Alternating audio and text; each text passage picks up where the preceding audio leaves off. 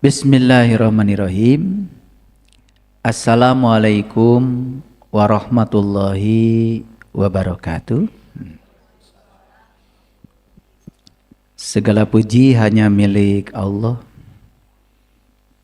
Energi universal tanpa batas yang meliputi seluruh makhluk, seluruh bentuk, seluruh wujud. Tidak ada satu ruang pun di semesta ini yang tidak diliputi olehnya. Dia tanpa batas, meliputi seluruhnya. Yang jelas yang meliputi bukan sosok. Kalau yang diliputi ya pasti sosok. Oleh karena itu, dayanya yang ada dalam diri kita masing-masing telah menjadi satu kekuatan yang dahsyat sehingga mengantarkan kita masing-masing ke tempat yang kita tuju, baik secara nyata maupun secara maya. Tidak ada yang kebetulan, semua adalah sinkronisasi frekuensi. Dan saya selalu percaya bahwa orang yang mendengarkan kajian dengan judul yang disajikan hari ini itu pasti diutus oleh semesta untuk beresonansi dengan judul itu. Oleh karena itu mari kita puji Allah bersama-sama membaca hamdalah. Alhamdulillah. Mari kita awali kajian kita, dialog kita di siang hari ini, bersama-sama merasakan kehadirannya setiap ruang dan waktu. Sekaligus kita mohon ridhonya, berkahnya. Kiranya ilmu yang dialirkan semesta kepada kita menjadi syafaat, menjadi penyelamat yang selalu membawa pada kehidupan yang gilang gemilang, kehidupan yang penuh dengan kelimpahan, kehidupan yang damai, sehingga kita bisa menjadi manusia-manusia yang bercahaya dalam kehidupan ini. Seraya menyapa asmanya dengan kelembutan dan cinta, seraya membaca basmalah. Bismillahirrahmanirrahim. Diawali dengan sebuah pertanyaan dari Kang Yudi tadi. Kalau judulnya menyaksikan keberlimpahan tanpa batas dalam diri, berarti pertanyaannya, dalam diri itulah sebetulnya keberlimpahan ada. Jadi judul itu sudah cukup menggambarkan tentang apa yang ingin saya sampaikan. Kenapa judul ini muncul, Kang Yudi? Karena selama ini banyak manusia mengira bahwa keberlimpahan itu adanya di luar diri. Oke. Padahal yang di luar diri itu sebetulnya hanya akan tertarik kepada diri kalau di dalam dirinya ada magnet yang menariknya. Oleh karena itu, maka sebelum saya masuk kepada judul yang penting ini, saya ingin mengajak kita untuk belajar sains sedikit. Siap. Belajar sains sedikit. Ya. Karena ini kalau tidak dipahami secara saintifik nanti jadi salah kaprah. Yang ujungnya nanti saya akan menjawab pertanyaan Kang Yudi. Terus kalau keberlimpahan di dalam diri, wujud keberlimpahan itu apa? Ya. Terus diri yang mana? Kan begitu. Nah, supaya itu terjawab, mohon izin Kang Yudi, saya Silakan akan banyak coret-coret siang ini. Coret-coret. Siap. Bapak Ibu, saya tidak bosan-bosan untuk selalu membicarakan konsep dasar yang banyak sekali dibicarakan oleh banyak orang sekarang. Bahkan orang yang tidak mengerti fisika, tidak mengerti sains, tiba-tiba latah saja bicara tentang frekuensi, vibrasi, energi, interferensi, resonansi, ya. Ya nggak apa-apa sih, semua orang punya hak gitu.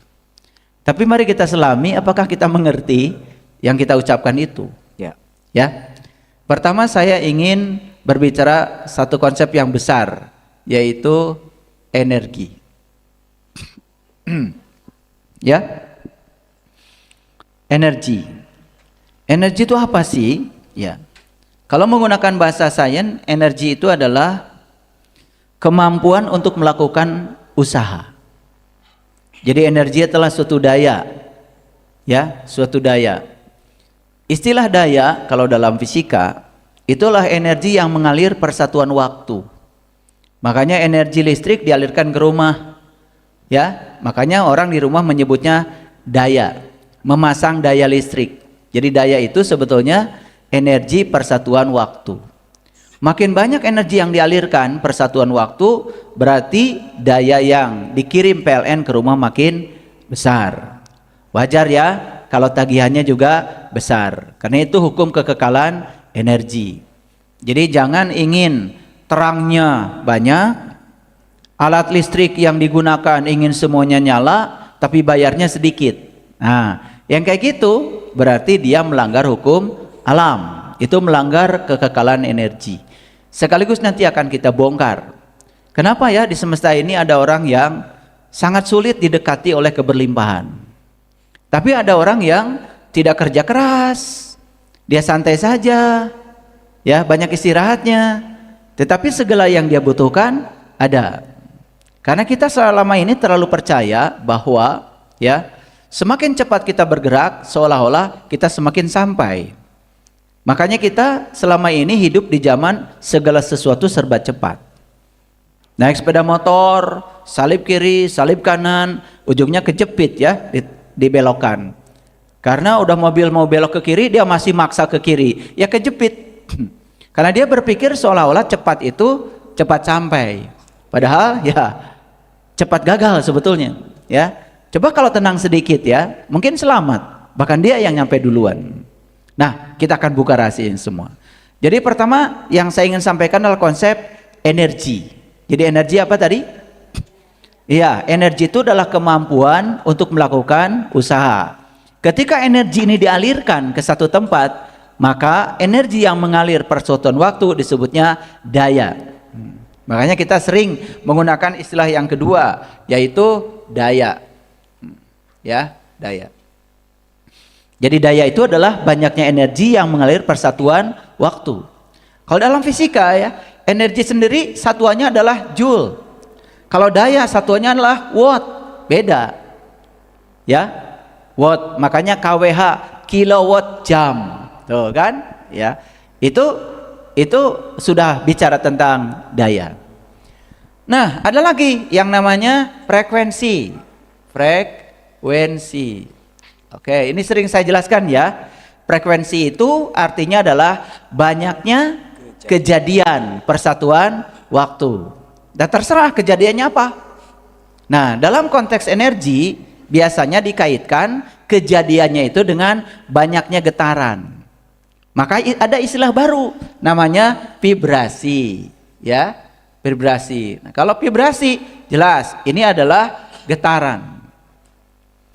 Nah, terus apa hubungannya vibrasi dengan frekuensi? Nah, banyaknya getaran persatuan waktu itu disebut frekuensi. Sekarang frekuensi tidak berdiri sendiri, disebutnya frekuensi getaran. Ya. Ya kan? Frekuensi itu bahasa yang tidak ada artinya sebetulnya kalau tidak dipasangkan. Oke. Frekuensi mobil, berarti banyaknya mobil yang lewat suatu tempat. Jadi ada artinya.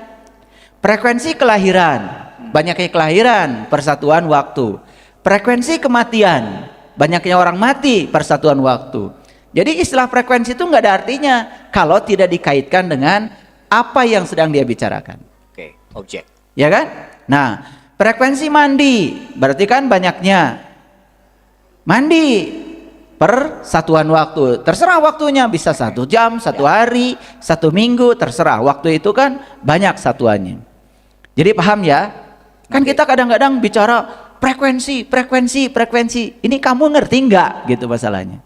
Karena banyak orang ya yang suka bicara begitu, saya tanya sekali-kali Kang Yudi, nggak ngerti. Nggak ngerti, karena objeknya juga nggak ngerti. Ya, oke. Berarti kalau frekuensi pikiran, Berarti banyaknya berpikir, persatuan waktu. Frekuensi perasaan, berarti banyaknya Banyaknya perasaan. ya, banyaknya merasakan sesuatu, persatuan waktu. Itu jadi ada artinya tuh. Ya. Frekuensi itu harus dikaitkan dengan apa objeknya. Clear sampai sini? Nah, dalam konteks energi, ya, dalam konsep energi biasanya digunakan konsep frekuensi. Nah, frekuensi itu berarti banyaknya getaran persatuan waktu yang diakibatkan oleh adanya energi. Kalau nggak ada energi, nggak ada getaran. Nah, getaran itu dalam bahasa Inggris adalah osilasi. Osilasi. Jadi osilasi itu adalah ya gerak suatu benda yang bolak-balik di sekitar titik setimbangnya. Oke. Jadi ada kata-kata titik setimbang nih, ya supaya ngerti. Makanya saya ingin menjelaskan ini benar-benar saintifik, ya supaya pada ngerti gitu loh. Ya. Ya, karena banyak yang nggak ngerti, Kang Yudi. Mohon maaf ya. Biar tidak latah ya. Ya, oke. Sekarang ini, gini. Kang Yudi nih, Kang Yudi, ya main ayunan. Ya, main ayunan tuh.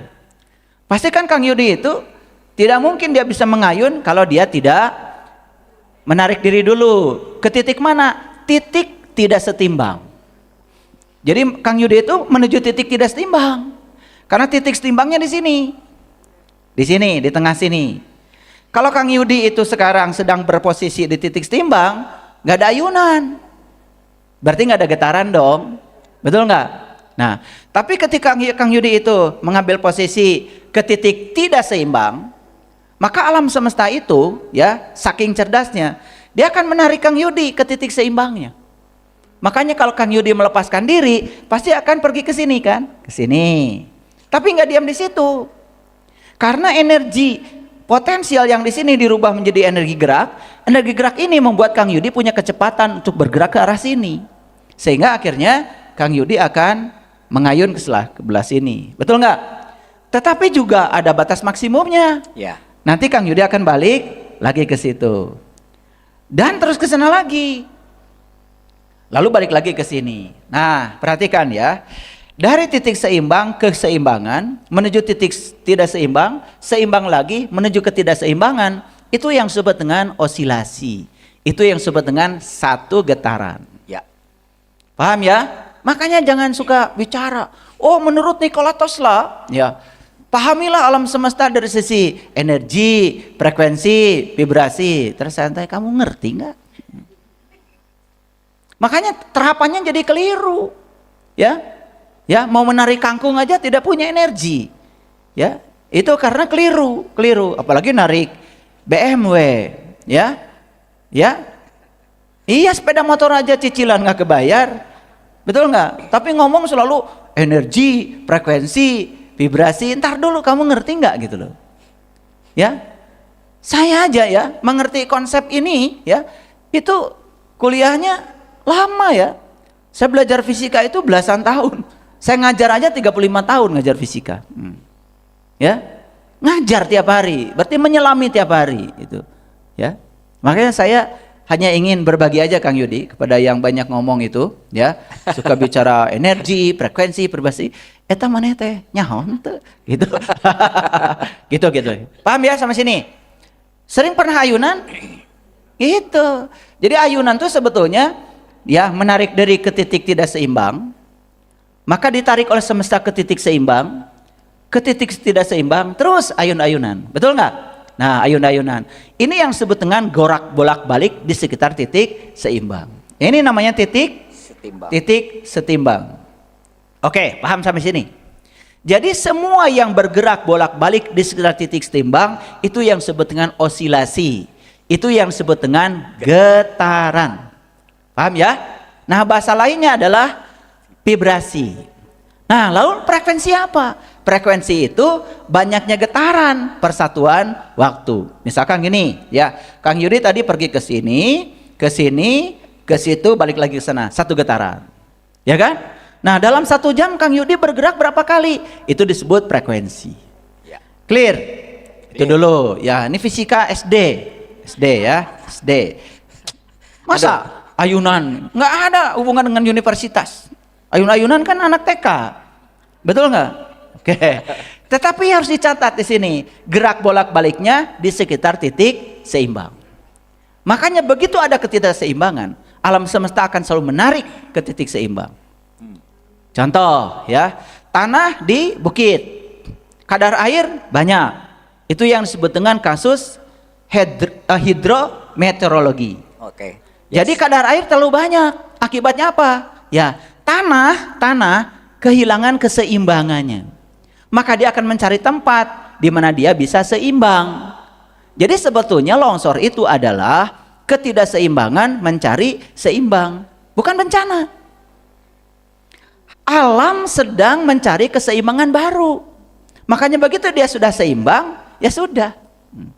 Nah, semua yang tidak seimbang akan mencari tempat yang seimbang. Sama, keberlimpahan pun, keberlimpahan itu seperti air, Kang Yudi. Keberlimpahan itu seperti air. Air itu selalu mencari tempat seimbang. Makanya keberlimpahan tidak akan mendatangi orang yang tidak seimbang. Seimbang apanya? Nah, terutama seimbang antara kesadaran dan pikirannya. Ingat ya, ketika kita belum ada di dunia ini, kita cuma punya kesadaran. Ketika lahir ke dunia ini, karena akan dikaryakan di dunia, kita dikasih alat kedua, namanya pikiran. Nah, ketika kesadaran dan pikiran itu tidak perang, dia mencari titik seimbangnya, maka kesadaran dan pikiran itu jadi harmoni. Tidak ada perang dalam diri, itu yang disebut dengan damai dengan diri sendiri. Nah, dengarkan kajian saya yang kemarin ya. Jadi damai dengan diri sendiri itu bukan membunuh pikiran. Lah kalau pikiran dibunuh tidak ada penciptaan, nggak akan ada pesawat, nggak ada mobil, ya, tidak ada kapal laut, ya, tidak ada.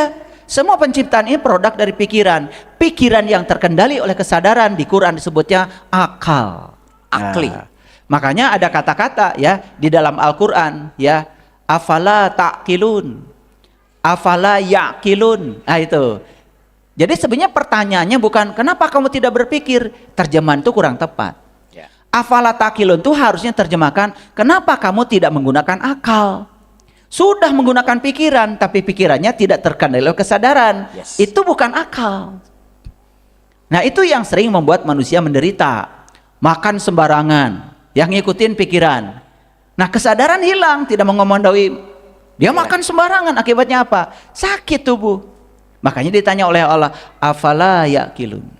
Nah yang saya mengejutkan itu waktu saya belajar bahasa Arab, akal itu bahasa Arabnya, ya bahasa Indonesianya artinya adalah menahan ternyata, mengikat, bukan berpikir. Baru tahu ya? Aduh, kasihan ya kalian ini. Suka ngomong-ngomong akal tapi ngerti nggak gak? Ya, jadi yang ditulis gini ya. Mohon maaf nih spidolnya kurang. Ya. Kalau ini emang mengejutkan ya. Ya, kalau ternyata terjemahannya bukan itu. Akal itu ternyata artinya menahan. Artinya mengikat. Jadi akal itu bukan berpikir. Mas saya juga nggak ngerti kenapa terjemahan Al-Quran kebanyakan afala taqilun diterjemahkan kenapa kamu tidak berpikir. Harusnya kenapa kamu tidak menggunakan akal, harusnya gitu. Nah kalau akal itu mengikat, menahan, siapa yang mengikat dan siapa yang ditahan? Yang mengikat itu kesadaran, yang diikat itu pikiran. Nah ketika pikiran itu menjadi pelayan bagi kesadaran, saksikan saya, pasti hidupnya berkelimpahan. Ini saya bicara pakai pengalaman ya. Bahkan sebetulnya ya, kalau sudah sampai di titik itu pengetahuannya, prakteknya titik itu, Bapak Ibu saya kasih tahu, tidak perlu kerja keras untuk menarik apapun. Karena ternyata ya, dia sendiri mencari jalan untuk datang ke tempat kita. Dia mencari jalan. Dia mencari kita. Dan selama ini kita mencari dia. Semua orang mencari uang. Keliru itu. Harusnya biarkan uang mencari kita. Semua orang mencari keberkahan. Keliru itu. Biarkan keberkahan mencari kita. Gimana cara membalikannya? Ini yang belum saya sampaikan. Masuk lagi ke pelajaran fisika. Nah, gerak bolak-balik di sekitar titik seimbangnya itu namanya getaran. Clear? Nah, di fisika itu ya, persamaan getaran seperti ini. Nah, ini ya, dari sini ke sini itu namanya amplitudo. Dari sini ke sini namanya amplitudo, namanya simpangan terjauh. Jadi ketika dia sudah mencapai simpangan terjauh, pasti ditarik oleh semesta kepada keseimbangan. Makanya ketika kalian sudah menyimpang terlalu jauh dari titik seimbang dari Allah, pasti akan mengalami kehancuran dulu. Setelah hancur segalanya, sebenarnya kehancuran itu hanya upaya semesta untuk menarik kamu ke titik seimbangnya. Karena simpangan terlalu jauh. Nah, simpangan yang paling jauh disebut amplitudo. Kalau nyimpangnya cuma segini, segini, segini, belum ditarik tuh. Tapi kalau sudah terlalu jauh, baru ditarik. Makanya ya, maaf ya ini, ya mungkin ada yang pernah belajar trigonometri, ya. Jadi ya simpangan itu rumus fisikanya adalah amplitudo dikalikan dengan sinusoidal dari omega dikalikan dengan T. Omega itu apa? Omega itu adalah kecepatan sudut. T-nya adalah waktu. Nah, ini kalau dilihat rumusnya, ini namanya rumus sinusoidal. Makanya kalau kita belajar sin, grafiknya kan gini. Naik, turun, naik, turun, naik, turun. Persis seperti gelombang. Makanya ketika getaran ini merambat lewat medium, dia tidak disebut getaran, disebut saja namanya gelombang. Jadi ada transisi dari getaran ke gelombang. Oke, saya kasih yang lain lagi supaya lebih ngerti ya. Ini fisika SD kan? Ngeri ya? Jangan dilihat ininya, nggak usah. Kalian mah cukup ayun-ayunan aja. Otaknya sampai ayun-ayunan, nggak usah sampai sini ya. Ya, tapi clear ya. Saya ingin menyatakan bahwa sinusoidal itu ya tidak kemana-mana. Ya, grafik sin, ya grafik sin pernah belajar trigonometri. Ya kalau ini y-nya, ini t-nya, sin itu gini, naik turun, naik turun, naik turun. Di sekitar titik seimbang. Nah, ya, jadi kalau ini satu bukit, ini satu lembah, ini yang disebut dengan satu gelombang. Makanya kalau gelombang ada yang namanya panjang gelombang. Makin pendek panjang gelombangnya, makin besar frekuensinya. Nah, meninggikan frekuensi berarti memperpendek panjang gelombang. Oke, clear sampai sini. Nah, sekarang misalkan begini, saya punya pegas. Ini pegas. Pernah lihat pegas? Per atuh. Per. Kumaha ieu teh. Gak apa-apa ya. Pegas ini kemudian saya kasih beban di atasnya. Perhatikan ya. Ya, mungkin pernah main ya. Itu per yang dari pulpen, kasih beban di atasnya. Kemudian tekan ke bawah, tekan, lepaskan. Maka dia akan naik turun, naik turun. Nah, sama. Dia juga akan melakukan getaran. Ke sini, ke atas, ke atas. Ini getaran, ya. Nah, sama seperti gempa. Ya, gempa itu sebetulnya ada getaran yang hebat di kedalaman bumi. Nah, getaran ini ya dirambatkan menjadi energi. Ya, energi yang merambat lewat tanah itu yang membuat rumah jadi ada yang terbalik, ada yang ke bawah, ada yang terbalik, ada yang terbawah. Itu sebenarnya energi yang merambat. Nah, energi yang merambat itu disebutnya gelombang. Sudah bisa membedakan ya? Jadi kalau getaran itu adalah gerak bolak-baliknya, ketika dia merambatkan energi, maka dia akan berubah dari getaran menjadi gelombang. Clear sampai sini? Udah sampai situ dulu kuliahnya. Sekarang saya lanjutkan.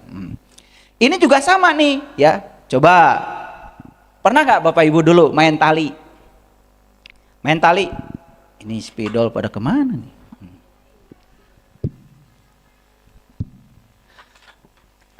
Tali ya, tali.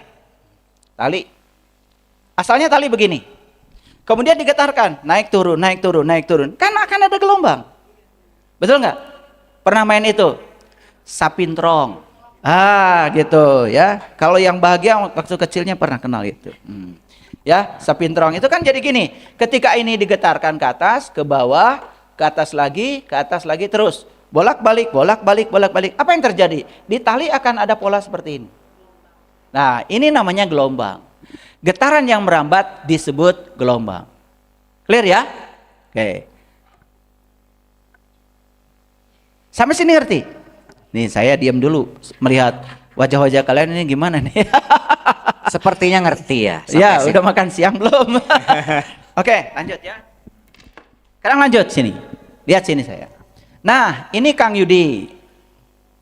Kang Yudi mewakili kalian semua. Perhatikan saya. Kang Yudi punya otak untuk berpikir. Berarti Kang Yudi punya pikiran. Yes. Kang Yudi juga punya ya jantung yang berdetak. Punya. Nah, itulah yang menjadi sumber perasaan. Ini perasaan. Oke? Yes. Ya. Dari pikiran ini Kang Yudi akan melahirkan dua. Satu melahirkan perkataan. Betul? Yes. Dua melahirkan tindakan. Perbuatan, tindakan. Tindakan. Tindakan Kang Yudi tergantung apa yang diinfokan oleh pikiran. Tindakan itu tergantung pada sikap pikiran, pemaknaan pikiran. Nah, sekarang ya orang fisika sudah setuju kalau pikiran ini adalah energi. Perasaan juga energi. Oke? Nah, energi tadi kemampuan untuk melakukan usaha. Berarti energi bisa nggak melakukan getaran? Bisa. Kalau ada getaran di dalam dirinya Kang Yudi, getaran itu dirambatkan jadi apa? Jadi gelombang. Betul? Oke. Sampai sini ngerti ya? Nah, pikiran, perasaan, tambah lagi perkataan, tindakan, semua itu, ini semua dijumlah nih. Dijumlah. Jadilah satu energi, namanya energi Kang Yudi. Oke.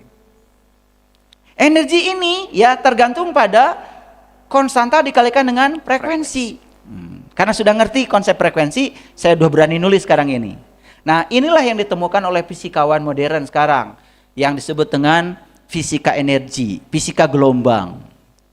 Nah, berarti kalau Kang Yudi itu punya energi, akumulasi dari semuanya, berarti Kang Yudi itu bisa memancarkan gelombang. Yes. Nah, berarti Kang Yudi ini sebagai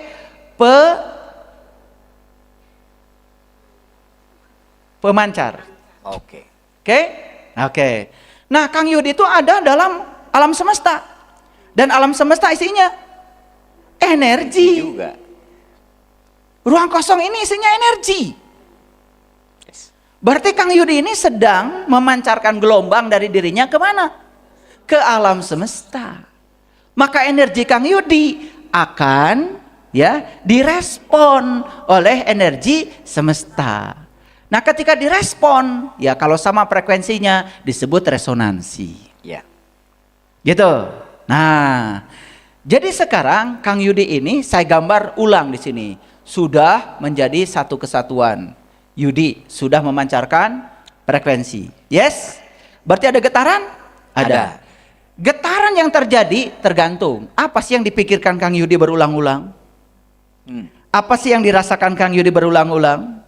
Kalau yang dipikirkannya adalah kecemasan, ketakutan, bangun tidur cemas, pergi ke kantor cemas, kerja didorong oleh rasa cemas, takut kekurangan, takut nggak makan. Ingat itu, berarti Kang Yudi sedang memancarkan ketakutan.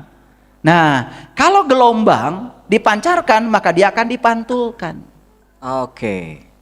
Dipantulkan. Jadi gelombang itu punya sifat satu, bisa dibiaskan, namanya refraksi.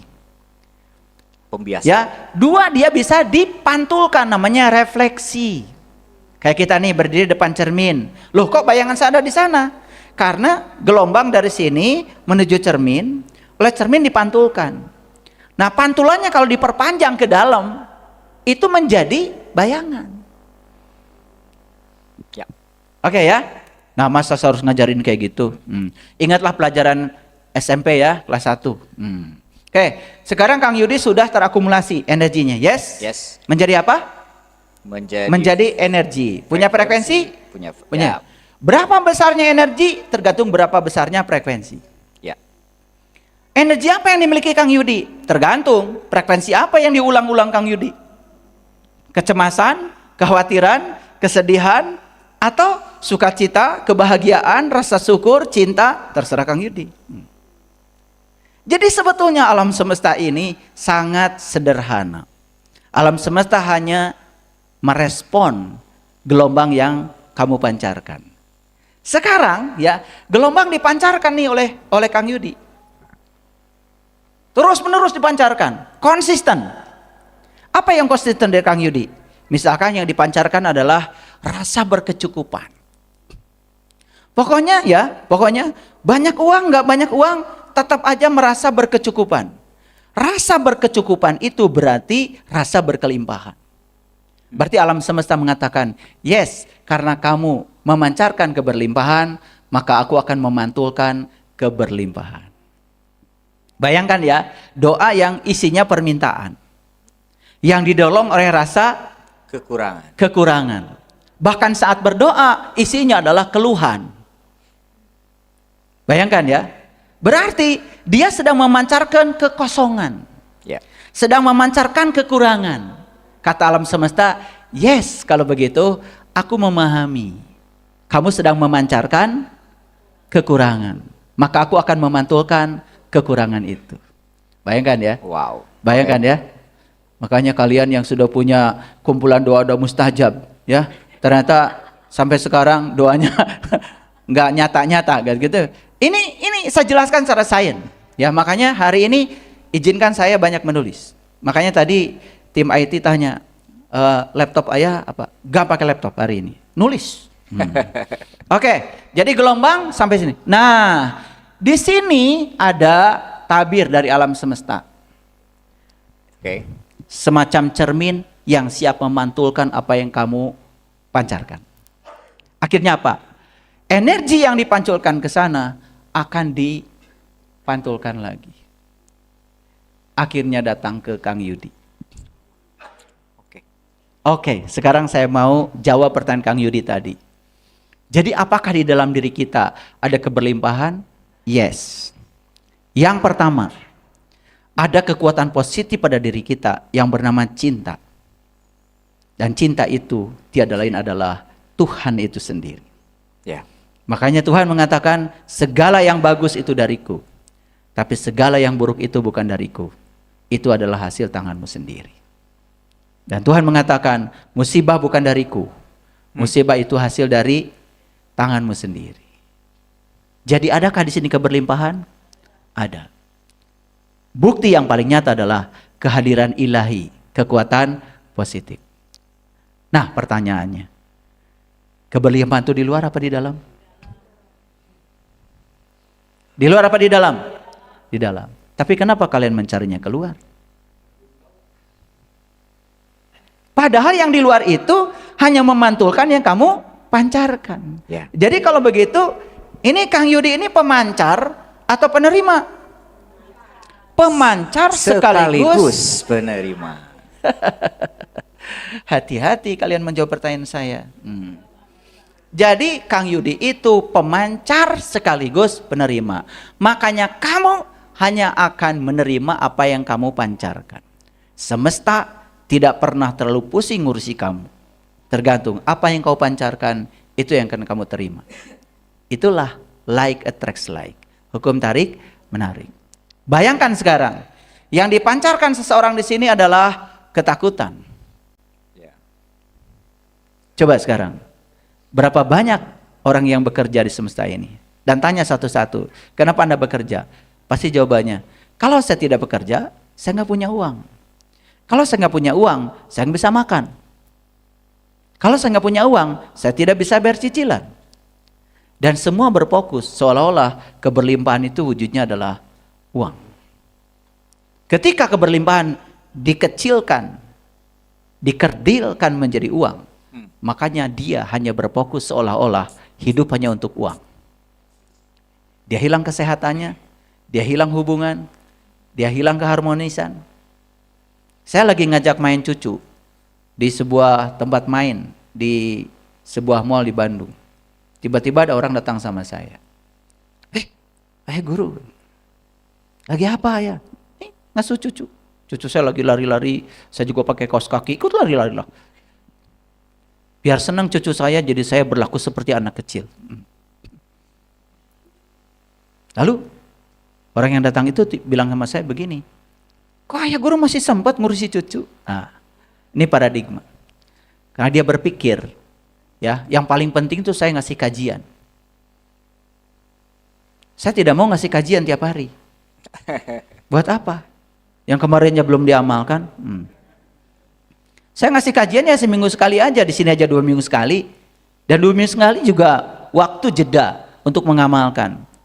Buat apa saya ngasih kajian tiap hari? Hari-hari saya ngasuh cucu sama istri saya.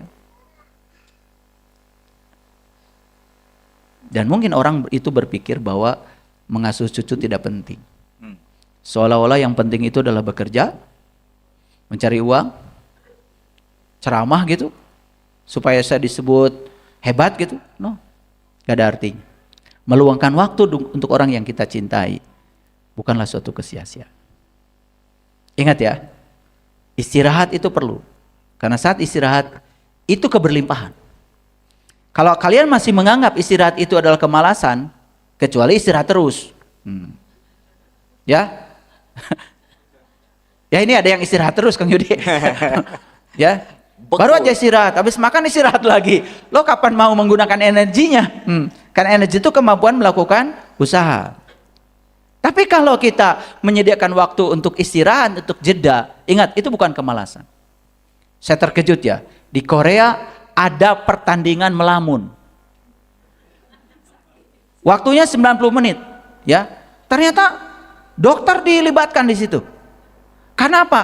Yang jadi juara nanti itu berdasarkan salah satunya adalah detak jantungnya lebih tenang atau tidak lebih tenang. Karena ketika dia melamunkan yang menakutkan, detak jantungnya jadi tidak tenang. Bukan sembarangan. Kalian tertawa tadi. Mungkin menganggap itu konyol. Itu Korea, negara maju. Bahkan sekarang ditiru di Amerika. Judul pertandingannya adalah Space Out.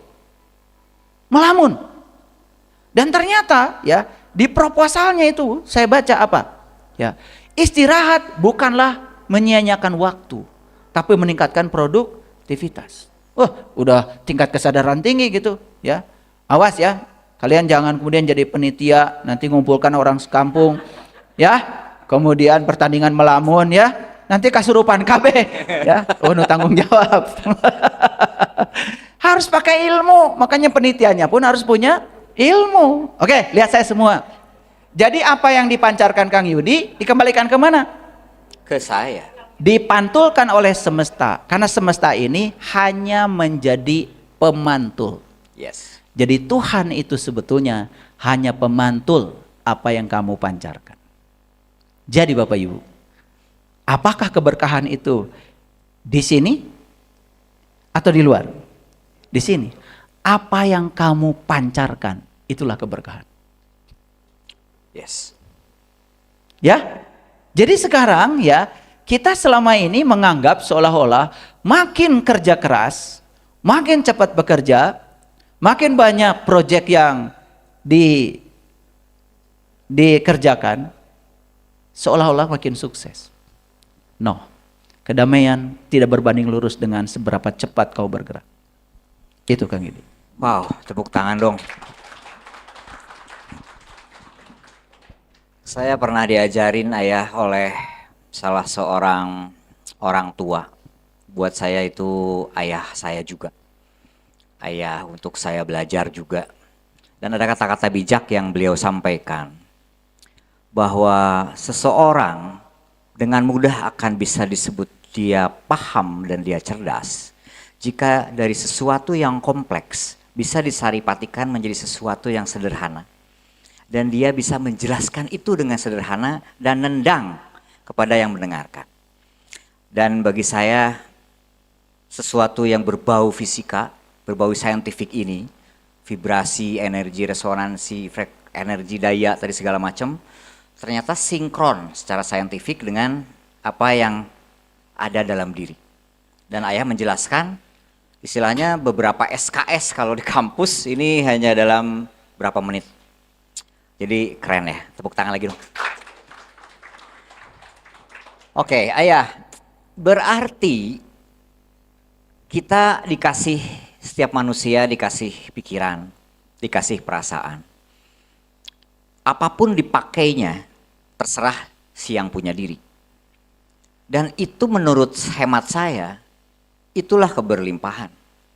Bersyukurlah bukan setidaknya ya, bahwa ruh yang ditiupkan oleh Tuhan ke dalam diri, itu yang memicu sehingga saya jadi bisa merasakan, saya bisa berpikir.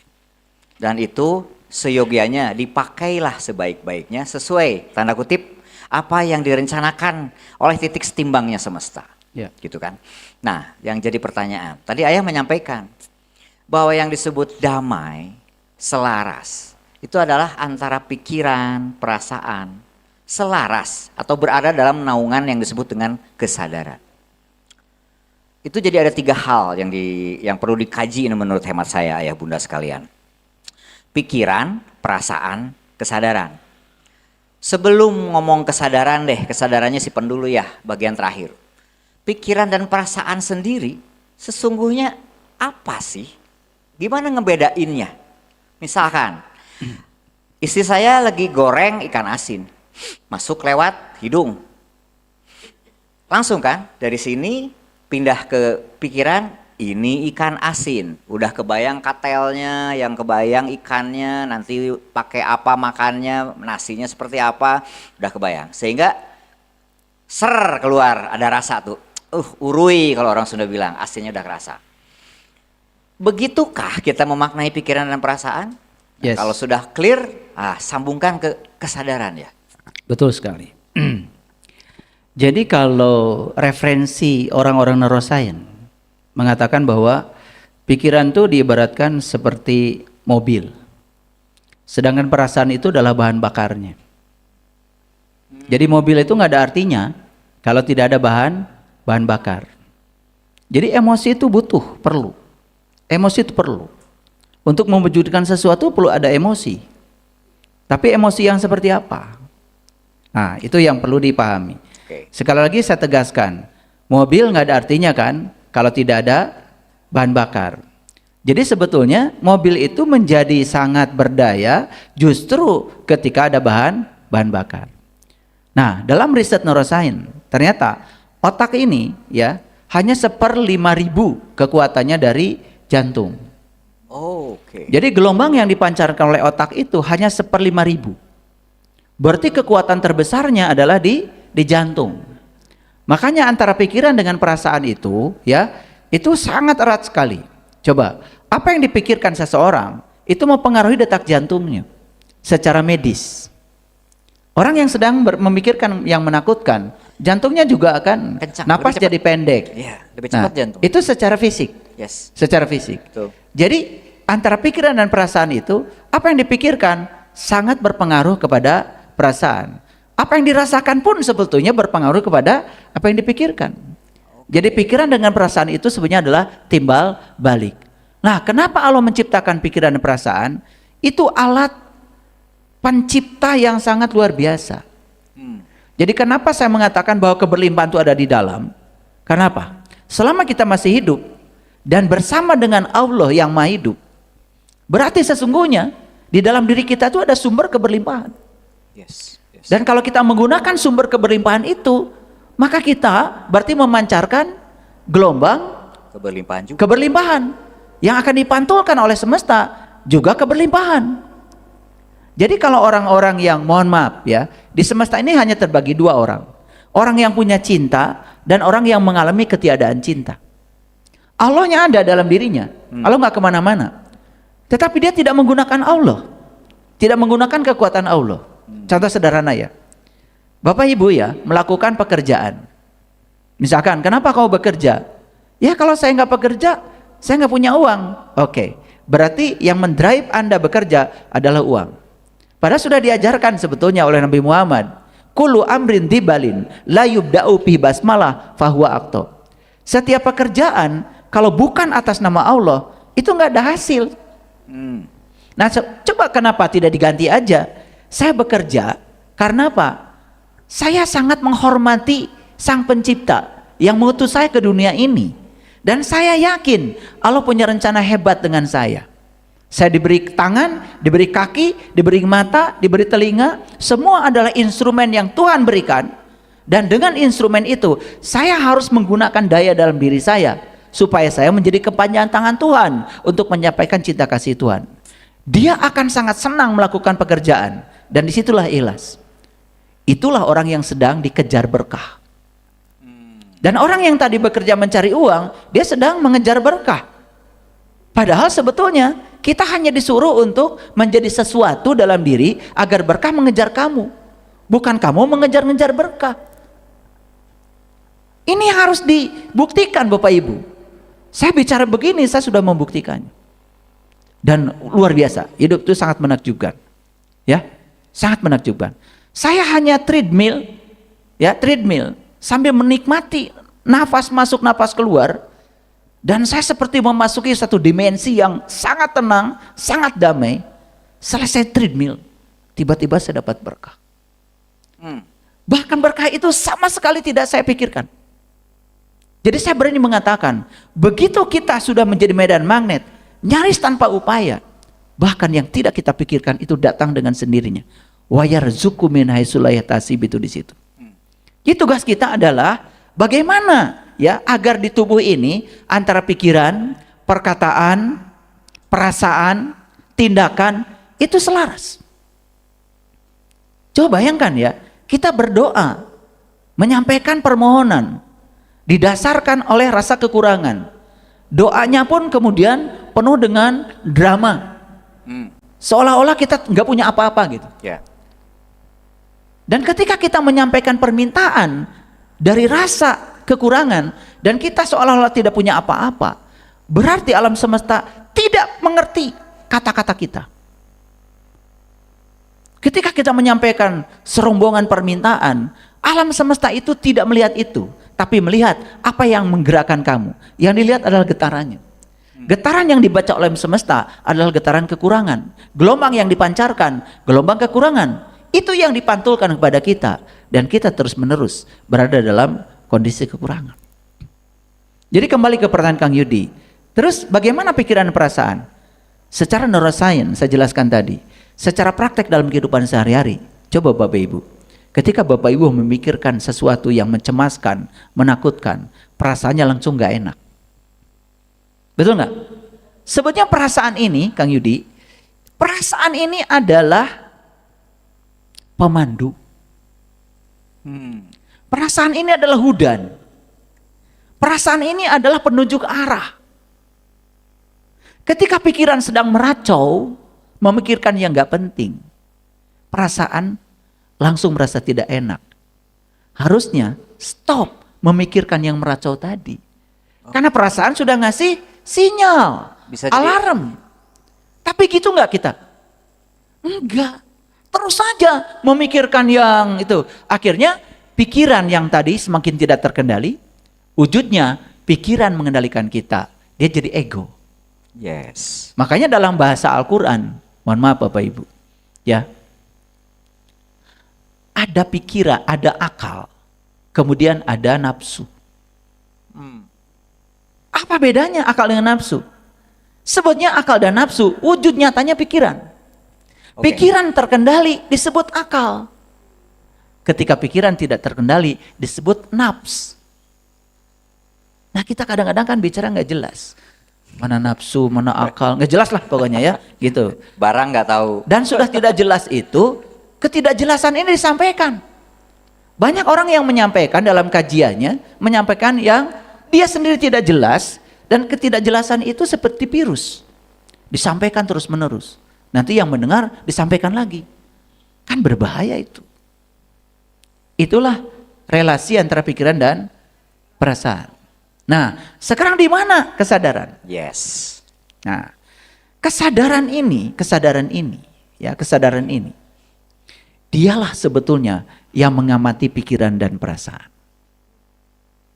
Dia adalah pengamatnya. Makanya si pengamat ini, namanya pengamat, harusnya kan tidak boleh memvalidasi. Tidak boleh memberikan penghakiman. Apapun yang sedang terjadi di pikiran, apapun yang terjadi di perasaan, harusnya amati aja. Akui kalau itu ada. Ketika diamati, yang luar biasa apa? Energi yang ada di pikiran, energi yang ada di perasaan tadi, itu kemudian melemah. Dan dia beralih kepada kesadaran. Itu yang disebut dengan pulang. Itu yang disebut dengan innalillahi wa inna ilaihi rajiun. Pulang. Pulang kemana? Ke titik seimbang. Tadi masih ingat ya? Ya. Ketika ayunan kan kita mencari ketidakseimbangan dulu. Karena kalau tidak mencari ketidakseimbangan nggak ada ayunan. Betul nggak? Kan kaki kita kemudian dipakai untuk menolak sejauh-jauhnya, setelah itu kaki diangkat, melepaskan diri. Yes. Kan sebetulnya waktu melepaskan diri itu kita bergerak dari titik tidak seimbang menuju titik seimbang. Karena apa? Karena ada gravitasi bumi. Yes.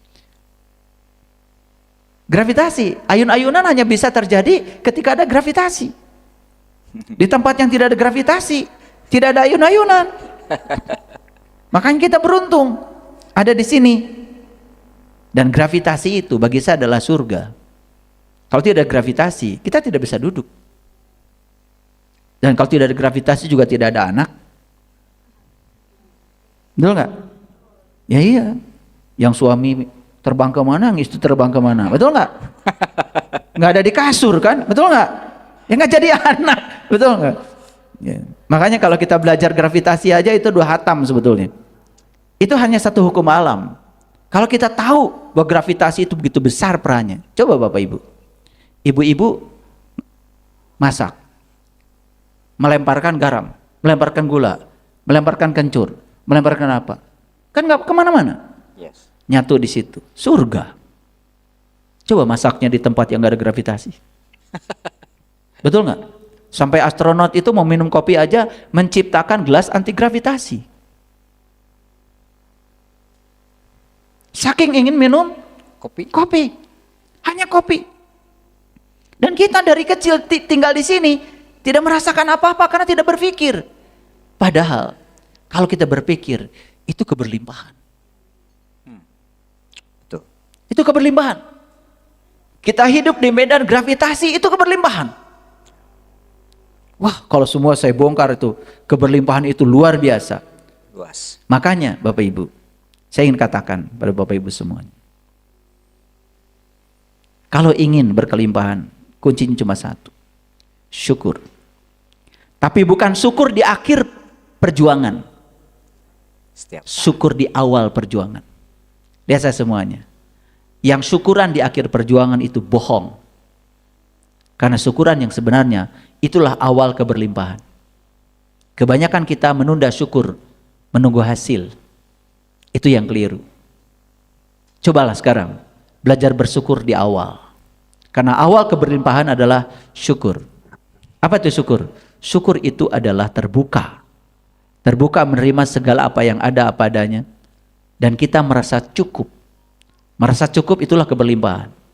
Jadi semua sudah ada di sini? Jadi Bapak Ibu saya ingin katakan sekali lagi, keberlimpahan sudah ada di sini. Saya waktu kecil diajarkan doa menjadi orang kaya. Sama kiai saya. Boleh dibagikan ya? Tapi siap nggak kalian jadi orang kaya masalahnya? Jadi doanya cuma gini, Kang Yudi. Wa ja'alnakum fiha ma'ayisa. Dulu saya nggak ngerti kata-kata itu. Dan itu diulang ribuan kali. Wa ja'alnakum fiha ma'ayisa. Wa ja'alnakum fiha ma'ayisa. Ternyata setelah saya dewasa, saya penasaran Kang Yudi. Ingin tahu artinya, karena dulu nggak dikasih tahu artinya. Ternyata segala yang kamu butuhkan sudah ada dalam dirimu. Saya baru tahu, segala yang kamu butuhkan sudah dalam dirimu. Sampai di titik itu pun saya tidak mengerti. Setelah saya belajar ngotak-ngatik, makanya saya kalau mohon maaf Bapak Ibu, jam 1 sampai jam 4 saya bangun karena saya percaya sepertiga malam itu kata Nabi Muhammad, tempat di mana kita bisa ya memiliki kekuatan intuisi yang paling hebat. Saya kalau bikin presentasi buat ceramah Kang Yudi, pasti di jam itu. Saya kalau membaca Al-Quran pasti di jam itu. Dan saya kalau ngotak-ngatik fisika juga di jam itu. Ternyata di jam itu ya ada satu kekuatan yang luar biasa, dan kekuatan itu melampaui pikiran. Karena apa ya? Cuci muka di jam itu beda dengan cuci muka di jam sekarang. Silakan coba. Rasanya oksigen yang hadir ke tubuh kita itu beda dengan jam sekarang. Air yang menyentuh wajah kita di jam itu beda dengan yang di jam sekarang. Saya tidak bisa menjelaskan, tetapi silakan buktikan, pasti ada perbedaan rasanya. Keluar dari kamar di jam itu, coba, kok rasanya ada keheningan, Ada kedamaian dari luar yang melampaui segalanya. Nanti mungkin suatu saat, saya akan bicarakan secara saintifik dahsyatnya sepertiga malam. Ini janji saya ya, saya akan ceritakan dahsyat, tapi secara saintifik. Kita lihat nanti posisi bumi, bulan, dan sebagainya. Bagaimana gravitasi itu bisa dijelaskan. Ya, Bapak Ibu. Jadi, pertanyaan Kang Yudi tadi, ya, terus relevansinya pikiran perasaan, terus bagaimana dengan kesadaran? Ingat ya, Anda bukan pikiran. Anda bukan kesadaran. Anda adalah pengamat. Berarti Anda adalah kesadaran itu sendiri. Kita bukan pikiran. Oke. Ya, siap. Tepuk tangan, mangga. Jadi kita bukan pikiran, kita bukan perasaan, sesungguhnya kita kesadaran itu sendiri. Jadi ingat tadi ayah cerita, saya jadi menganalogikan dan pengalaman. Saya punya anak ayah 2. Kadang akur, seringnya nggak akur, pada berantem. Kadang ibunya ngomel, nggak begitu digubris. Saya datang, kemudian saya perhatikan aja dua-duanya. Kemudian lama-lama istilahnya malu mereka. Jadi saya memaknai kayak gitu mungkin ya cara kerja kesadaran agar si pikiran dan perasaan tanda kutip jadi terlingkupi atau terliputi oleh kesadaran itu sendiri. Dia akan malu sendiri. Betul sekali. Itu energi kesadaran itu yang tadi ya. Tanpa bicara diam. Nah, dan saya ingin kasih tahu Bapak Ibu. Alam semesta ini ternyata menurut pengalaman saya, cara menjawabnya itu bukan dengan kata, tapi dengan arah. Jadi alam semesta itu menjawabnya bukan dengan kata, bukan dengan suara, tapi dengan arah. Begitu frekuensi kita sudah resonan dengan frekuensi semesta, apapun frekuensi yang dipancarkan, itu akan berubah menjadi arah. Misalkan gini, ketika kita memecahkan frekuensi yang buruk tadi, makanya hati-hati dengan dendam, benci, iri hati, membandingkan, tidak suka keberhasilan orang lain, berburuk sangka pada orang lain, itu mengakumulasi itu jadi energi. Nah, memancarlah frekuensi. Frekuensinya adalah frekuensi dendam, iri hati. Itu bahaya sekali. Dan dia sebenarnya sedang ngasih tahu kepada semesta bahwa dia ingin itu. Walaupun dia doanya di pikirannya, di pikiran sadarnya tidak ingin itu. Tetapi di frekuensi terdalamnya yang dibaca oleh semesta, dia ingin itu. Ya. Sama mungkin Kang Yudi masih ingat saya waktu cerita dengan Kang Nobi, masih ingat. Oh iya. Kan Kang Nobi itu, saya kalau selesai kuliah, saya nggak mau kerja di Jakarta. Saya benci kerja di Jakarta. Selesai kuliah dia kerja di Jakarta kan 12 tahun. 12 tahun. Nah, ketika mengatakan saya tidak ingin kerja di Jakarta, itu di mulutnya. Tetapi semesta itu membaca getarannya. Ya. Getarannya. Nah, getaran itu yang dibaca. Ya, sebetulnya bagi semesta, kamu tuh ingin kerja di Jakarta.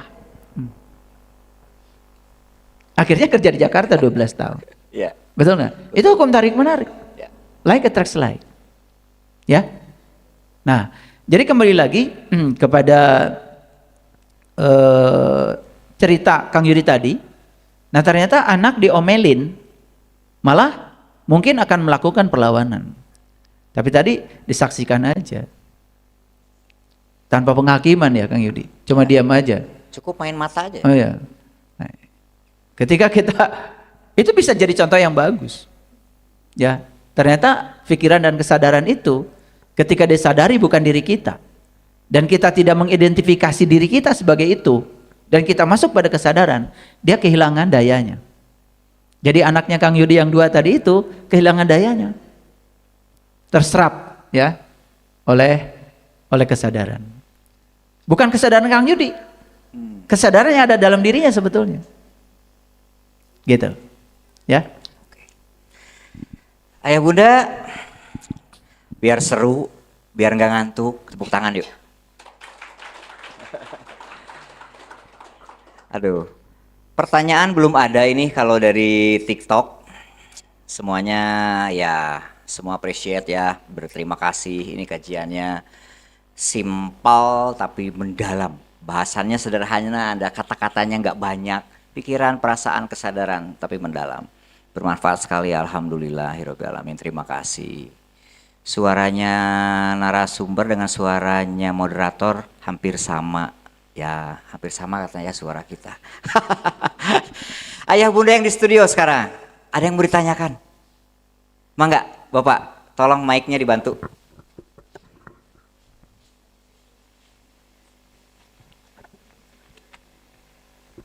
Silakan, siapa dari mana? Assalamualaikum warahmatullahi wabarakatuh. Waalaikumsalam warahmatullahi wabarakatuh. Saya Pak Acil dari Padalarang. Nah, tadi sudah bicara ya kesadaran, akal, pikiran.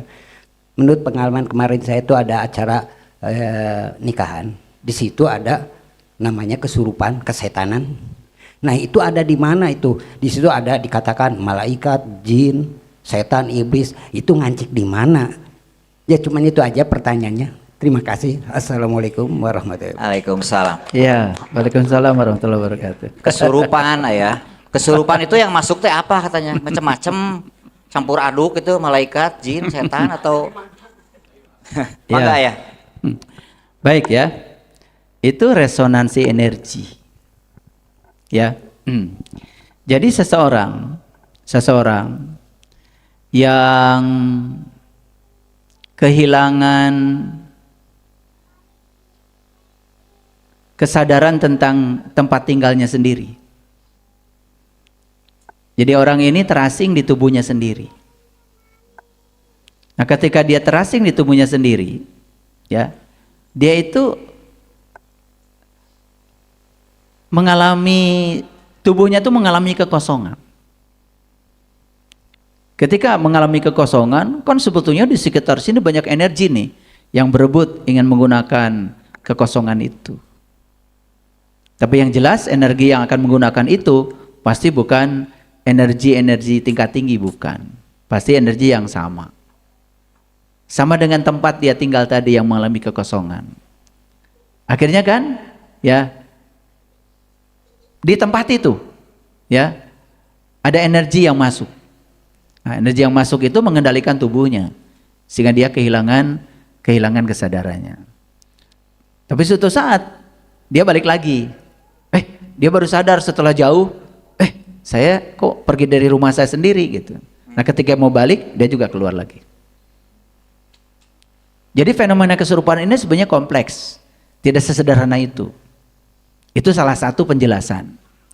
Penjelasan lain sebetulnya kan, kalau saya bisa tahu itu, yang kesurupan itu apakah dia dikendalikan oleh alam bawah sadar, timbunan energi di alam bawah sadarnya yang tidak terkendali, lalu ada pemicu yang membuat itu keluar dan dia kehilangan kontrol dengan dirinya. Bisa jadi dia bukan dikendalikan oleh pihak lain. Dia dikendalikan oleh data yang ada di alam bawah sadarnya.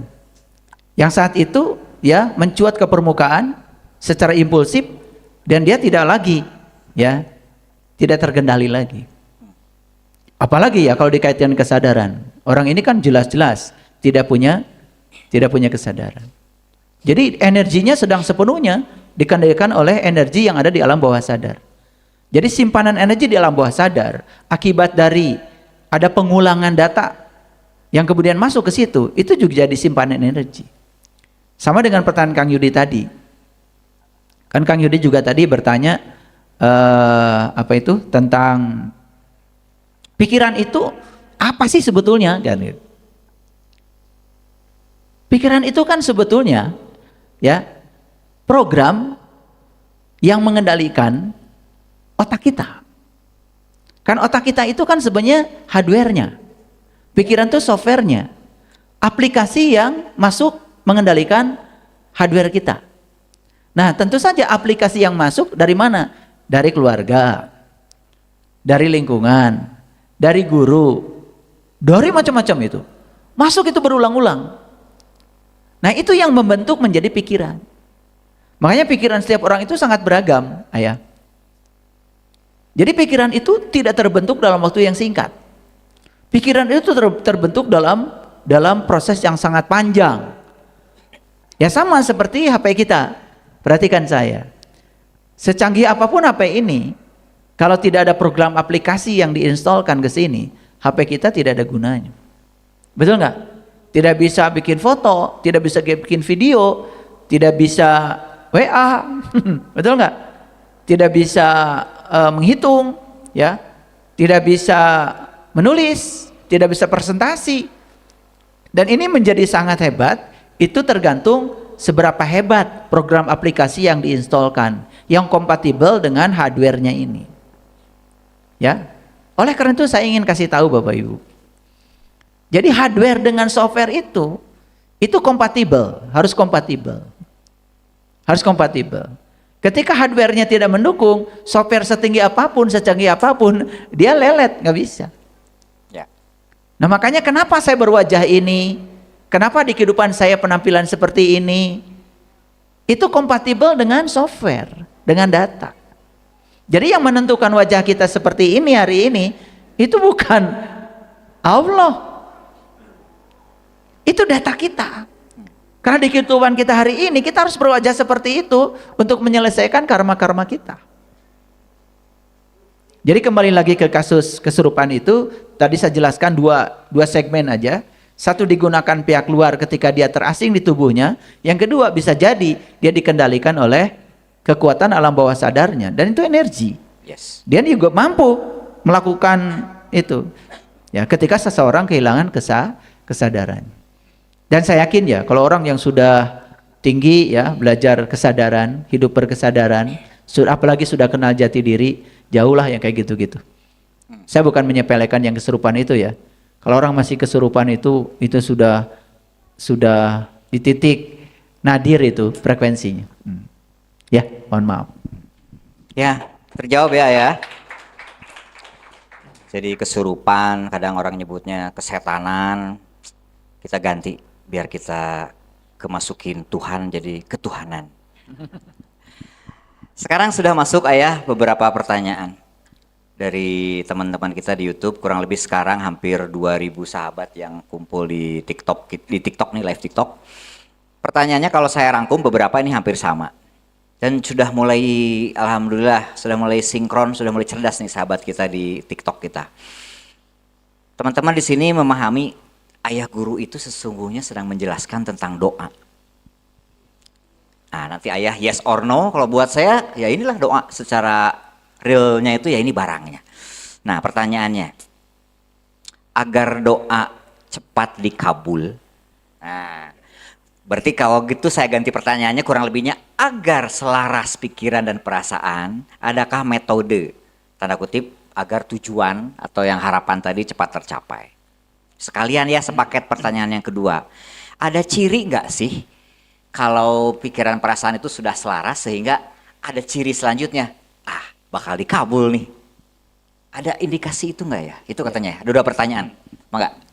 Ya, walaupun saya tidak memberi judul ini doa, sebetulnya boleh ini diberi judul doa. Bahkan saya berani mengatakan inilah doa yang hidup. Ya. Kebanyakan orang berdoa itu mati doanya. Karena doa yang digerakkan oleh rasa kekurangan, permintaan. Dan orang yang meminta adalah orang yang belum merasa diberi. Berarti dia digerakkan oleh rasa kekurangan, rasa kekosongan. Like attracts like, yang akan dipantulkan ke dalam dirinya ya kekurangan dan kekosongan. Makanya doa itu bagi saya ada dua, doa yang hidup, doa yang mati. Doa yang mati itulah permintaan. Makanya tidak direspon apa-apa karena itu mati. Doa yang hidup itu adalah getaran. Tapi getaran itu adalah keselarasan antara pikiran, perasaan, kata-kata dan tindakan. Nah, bayangkan ya, pikiran dengan perasaan aja sudah tidak selaras. Contoh, pikiran berimajinasi, tapi perasaan mengatakan itu nggak mungkin. Oke. Harusnya ketika pikiran itu berimajinasi, si perasaan itu ngasih energi lebih kuat lagi. Seolah-olah yang diimajinasikan oleh pikiran itu sudah betul-betul dirasakan dan menjadi suatu kenyataan. Nah, ditambah lagi dengan kata-kata yang keluar dari sini, kata-katanya juga kata-kata yang menguatkan pikiran. Aneh kan? Pikirannya ingin pasangannya baik, tetapi perasaan mengatakan, ah nggak mungkin pasangan saya bisa berubah. Dati dituna kayak gitu. Ditambah lagi, yang keluar dari mulut adalah terus membicarakan keburukannya. Itu doa yang mati. Kalau doa yang hidup, apa yang dia pikirkan, apa yang dia rasakan, apa yang dia katakan. Contoh gini, ya, dia mengimajinasikan pasangan seperti yang dia mau. Sikapnya, kata-katanya, tindakannya, yes, udah cukup imajinasi. Dia rasakan seolah-olah itu sudah terjadi. Dan dia syukuri, dia berterima kasih. Terima kasih Tuhan, suami saya sudah berubah. Terima kasih Tuhan, istri saya sudah berubah, walaupun belum. Tetapi itu yang disebut dengan syukur. Syukur itu adalah mengawali keberlimpahan. Syukur itu bukan di akhir perjuangan. Bukan nanti kalau suami saya baik, saya akan bersyukur. Nggak akan baik. Nepi ka irawa ge. Gitu saya tama. Karena kita sedang memancarkan gelombang yang mati. Ngerti maksud saya? Nah, ditambah lagi tindakan. Nih saya kasih contoh sederhana ya. Menginginkan pasangan seperti yang didambakan, merasakan seolah-olah itu sudah terjadi. Ya. Bahkan dirasakan betul-betul sudah terjadi yang diimajinasikan. Kata-kata yang keluar pun tidak pernah kata-kata yang melemahkan. Yes. Ya, pasangan saya sudah berubah. Yes. Pasangan saya sudah seperti yang saya mau. Yes. Itu aja, kata-katanya menguatkan. Tindakannya pun selaras. Tindakannya tentu saja tindakan yang selaras dengan pikiran dan perasaan. Tidak menimbulkan konflik. Ya kan? Sabar, mengalah. Tindakannya juga selaras gitu. Nah, bayangkan sekarang, ya, mulut kita komat kamit menyampaikan permintaan. Udah gitu imajinasinya juga lemah. Udah gitu perasaannya menyatakan tidak mungkin. Udah gitu tindakannya juga tidak mendukung. Tidak mendukung. Apa yang terjadi? Itu doa yang mati itu. Jadi doa yang hidup yang saya sampaikan ini adalah doa yang saling menguatkan antara pikiran, perasaan, tindakan, dan kata-kata. Contoh sederhana Bapak Ibu. Ada orang yang berkunjung ke rumah saya. Sakit ininya, pundaknya sakit. Mungkin kalau istilah kedokteran itu namanya shoulder frozen shoulder. Frozen shoulder. Jadi ini kekakuan di sini. Ya. Beliau juga sudah melakukan tindakan, sudah berkali-kali ke rumah sakit, sudah apa. Tetapi sudah lama. Nah, kemudian saya bilang begini. Coba mulai sekarang, ya. Setiap orang bertanya, bilang aja, alhamdulillah saya sudah sehat. Dan sepulang dari rumah saya, kemudian gitu aja, ditanya sama anaknya, wah gimana itunya? Alhamdulillah, papa sudah sehat. Padahal lagi cenut-cenut. Ditanya siapapun, alhamdulillah sudah sehat gitu. Itu namanya berpura-pura sehat, sampai lupa kalau sedang berpura-pura. Itu akhirnya sembuh dan betul-betul sembuh. Ya, kemarin ada tamu saya dari Manado, Bunda Miske sama Pak Edi namanya. Ya, itu saya ulang-ulang cerita ini karena beliau itu memberikan kesaksian. Bahkan kemarin beliau berdua, walaupun dari tradisi yang berbeda, minta dibimbing khusus kepada saya untuk mengenali jati diri. Dan sampai beliau menangis berdua. Bahkan Pak Edinya itu tidak menyangka, ya, saya masih bisa diberi kehidupan untuk kenal jati diri saya. Sampai beliau mengatakan, oh berarti saya dipanjangkan umur supaya saya bisa kenal jati diri saya. Tadi Bunda Miske WA saya, ya, saya itu sekarang merasa bahagia yang luar biasa, tapi saya juga nggak bisa ceritakan ini kebahagiaan dari mana gitu. Kalau soal materi saya sudah segalanya punya. Tetapi Tapi ada keberlimpahan di dalam, kebahagiaan yang luar biasa, yang saya sendiri tidak tahu ini apa sebetulnya. Beliau WA sama saya gitu. Itulah ya. Begitu kayak kenal jati diri kita. Kita pulang kepada kesadaran murni kita. Bahkan ada yang meluap-luap dari dalam. Sampai kita tidak mengerti sebetulnya ini apa. Ya. Karena selama ini ya kita selalu menganggap bahwa ya kebahagiaan itu mendapat. Betul nggak? Yes. Padahal kebahagiaan sesungguhnya kan melepaskan. Ya toh? Dan beliau sudah melepaskannya. Suaminya sakit. Hampir 2 tahun. Stroke. Bayangkan. Dari Manado bisa ketemu saya di Bandung. Dan suaminya betul-betul bisa duduk di hadapan saya. Ya. Tidak menyangka. Padahal apa? Ya. Waktu sakit. Ya. Itu sudah disonde. Artinya makanan, minuman semua sudah lewat selang. Tapi Bunda Miska berdoanya begini. Tuhan terima kasih. Suami saya sudah sembuh. Tuhan terima kasih. Suami saya sudah makan seperti biasa. Imajinasi, perasaan, kata-kata dan tindakan selaras. 4 bulan suaminya bisa jalan lagi. Ya. Dan bisa sampai di Bandung dari Manado. Satu lagi pengalaman beliau. Karena saat suami sakit, usaha tidak terurus. Akhirnya mengalami kekacauan perusahaan. Dulu doanya meminta, sekarang doanya diganti. Tuhan terima kasih, omsetku sudah 1 miliar. Tapi bukan hanya kata-kata, imajinasi, rasa dan tindakan. Ya, tetap beliau jualan, tetap bisnis. Awas, jangan salah menangkap kalimat saya. Tuhan terima kasih, omsetku sudah 1 miliar. Sebentar, kamu usaha apa? Kamu bisnis apa? Nggak ada apa-apa, diam aja di rumah. Ya itu, ya pikiran, perasaan, kata-kata dan tindakan itu tidak menjadi satu kesatuan frekuensi. Akibatnya apa? Energi yang ini nih, energi yang ini kan ingat, energi bergantung pada frekuensi. Ini berbanding lurus nih, makin besar frekuensi, makin besar energi. Frekuensi tadi sudah saya jelaskan, pengulangan. Ya. Jadi tadi yang saya sampaikan mungkin beliau mengulang-ulang. Tuhan terima kasih, suami saya sudah sembuh. Itu bukan sekali.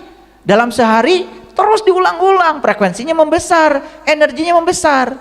Dipancarkanlah kepada semesta frekuensi itu dalam bentuk gelombang. Ingat ya, getaran yang merambat kan namanya juga gelombang. Yes.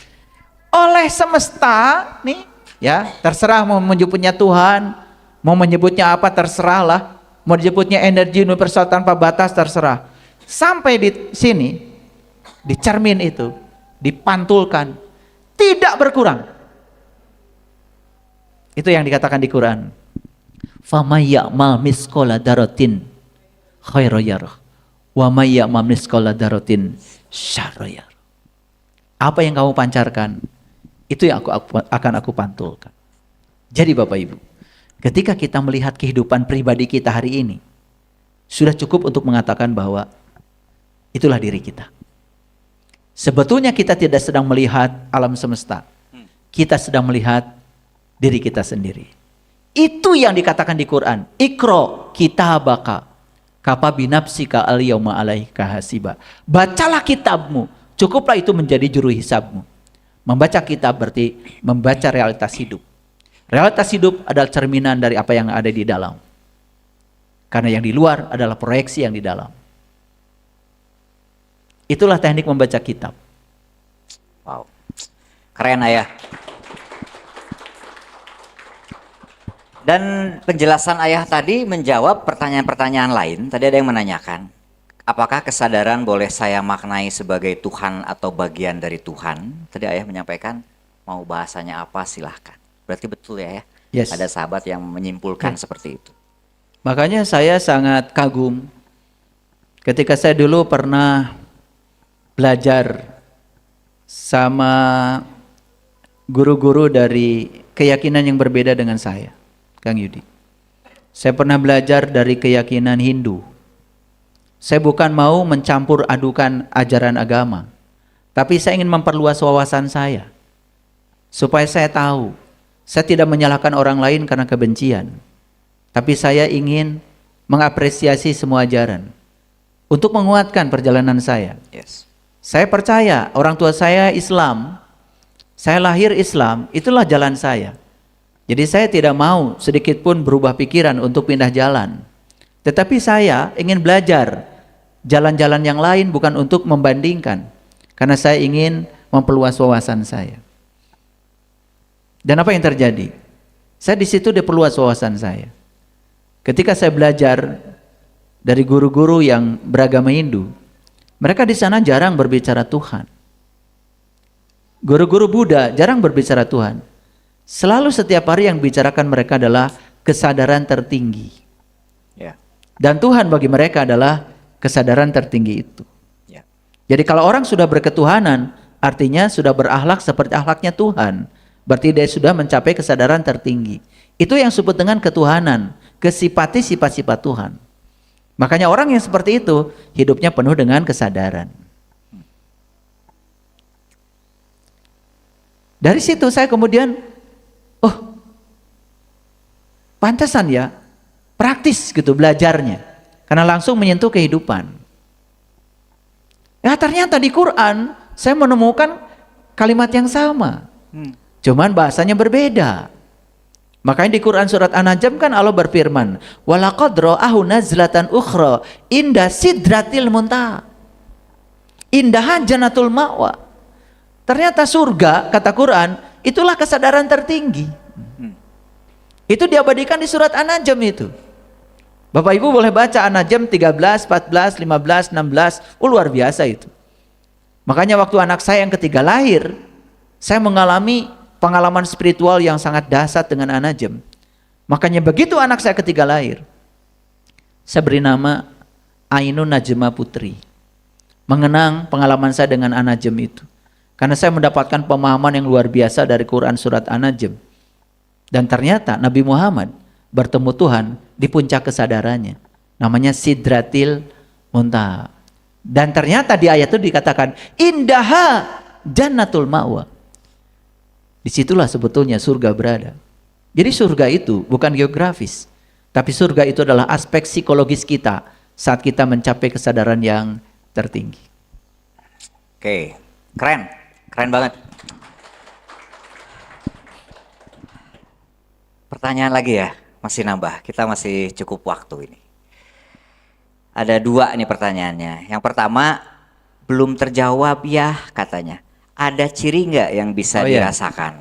Betul. Terkait doa, tanda kutip, akan hadir atau akan tertolak? Ya, begini. Semesta ini tidak kenal positif dan negatif. Semesta ini tidak mengenal baik buruk. Semesta hanya mengenal getaran.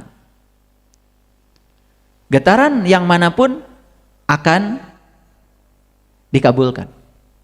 Oke. Ingat ya, Oke. kan saya sudah sampaikan ayatnya. Allah mengatakan begini. Wa iza sa'alaka ibadi anni fa inni qarib. Jika ada yang bertanya tentang aku, kata Tuhan, katakanlah pada mereka yang bertanya itu, sesungguhnya aku amat dekat. Ujibu da'wata da'i idza da'an. Aku selalu mengabulkan doa dari semua orang yang berdoa. Ingat ya, aku selalu mengabulkan doa dari semua orang yang berdoa. Kalau kita menggunakan terminologi doa sebagai permintaan, kenyataannya tidak semua permintaan dikabulkan. Berarti terminologi doa kita yang harus diubah. Apa doa itu? Doa yang sebenarnya adalah akumulasi dari getaran. Getaran apa yang Anda pancarkan, itu yang akan dipantulkan. Tidak ada doa yang tidak dikabul. Semua doa dikabul. Cuman frekuensi mana yang sungguh-sungguh Anda mau, itu yang dipantulkan. Contoh gini, nih ya. Ini pertanyaan perlu dielaborasi gini. Kan sebetulnya kita menyampaikan satu permintaan. Taruhlah ya, minta rezeki yang banyak. Betul nggak? Ya. Nah, Sedangkan permintaan itu, ya, walaupun minta rezeki yang banyak, kan ketika minta rezeki yang banyak itu kita lihat getaran di dalam apa yang mendorong kamu berdoa seperti itu. Getaran yang ada di dalam itu rasa kekurangan. Karena rasa kekurangan yang menggerakkan, makanya kata-kata minta rezeki yang banyak nggak didengar oleh semesta. Karena semesta hanya mendengarkan getaran. Getaran itu yang didengar. Oh, sebetulnya kita minta rezeki yang banyak, tapi semesta menangkap kamu itu sebetulnya minta kekurangan. Karena yang mendorong meminta rezeki itu rasa kekurangan. Makanya di Quran tidak ada sebetulnya ajaran meminta. Yang ada di Quran adalah ajaran bersyukur. Lihat tuh di surat Ibrahim. La in syakartum la azidannakum wa la in kafartum inna azabil lasadid. Apa artinya syukur? Syukur itu merasa berkecukupan dengan yang ada. Rasa berkecukupan itulah yang disebut dengan keberlimpahan. Maka keberlimpahan akan menarik keberlimpahan baru. Makanya syukur itu yang melipat gandakan nikmat. Makanya ada kata-kata la azidannakum walain kafartum inna azabil lasyadid.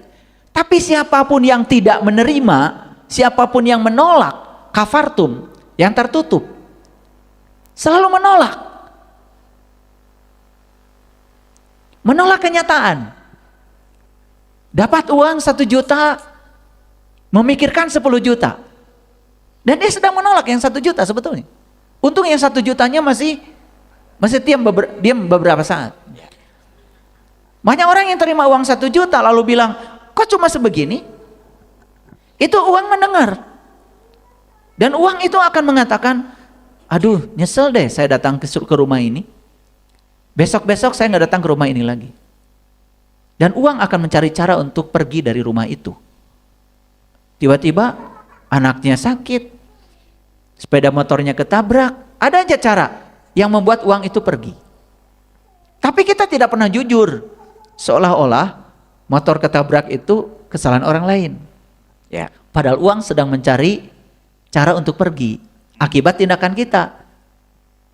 Cuma segini, gitu. Kalau bahasa Garutnya mah kan sakieu, bari bolotot tah. Udah itu duitnya gak dibolototan. Piraku ngan sakieu, dah make piraku. Ya. Udah kata uang, itu uang energi loh. Dan dia mendengar kata-kata itu dalam bentuk getaran. Getarannya udah nyampe pada uang. Makanya uang tidak rindu sama kamu. Perhatikan saya, lihat ya. Orang-orang yang iri hati tidak pernah kaya.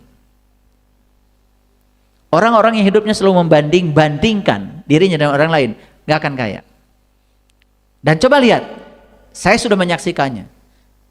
Saya tuh heran ya, sekarang ini saya dipertemukan dengan pengusaha, Kang Yudi. Kalau dulu, zaman dulu ya, saya suka ngobrol dengan orang itu ya puluhan juta gitu.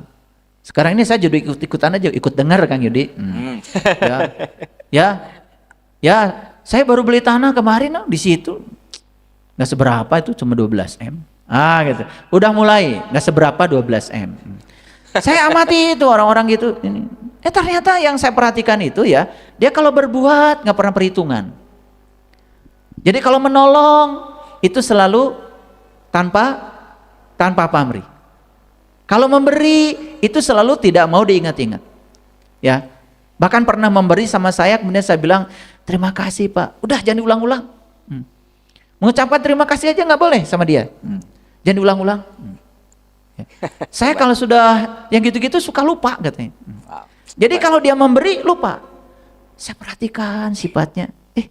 Ternyata rezekinya semudah itu. Iya kan? Nyalo aja dapat untung besar. Ya cuman ngasih informasi gitu Kang Yudi. Ya. Jadi temannya itu mau jual sesuatu. Kemudian cerita sama saya. Alhamdulillah saya kemarin cuma nunjukin ke temannya lagi. Jadi itu saya dapat berkah. Gede Kang Yudi.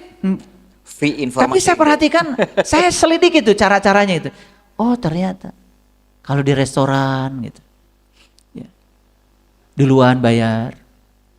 Kalau orang yang di restoran, cicing pura-pura Kang Yudi, KWC heula gitu kan, ya, yang dibayarkan. Itu rada susah gitu rezekinya. Jadi dari situ kelihatan gitu, ya. Makanya sehatkan di sini dulu, Bapak Ibu. Sehatkan di sini, ya.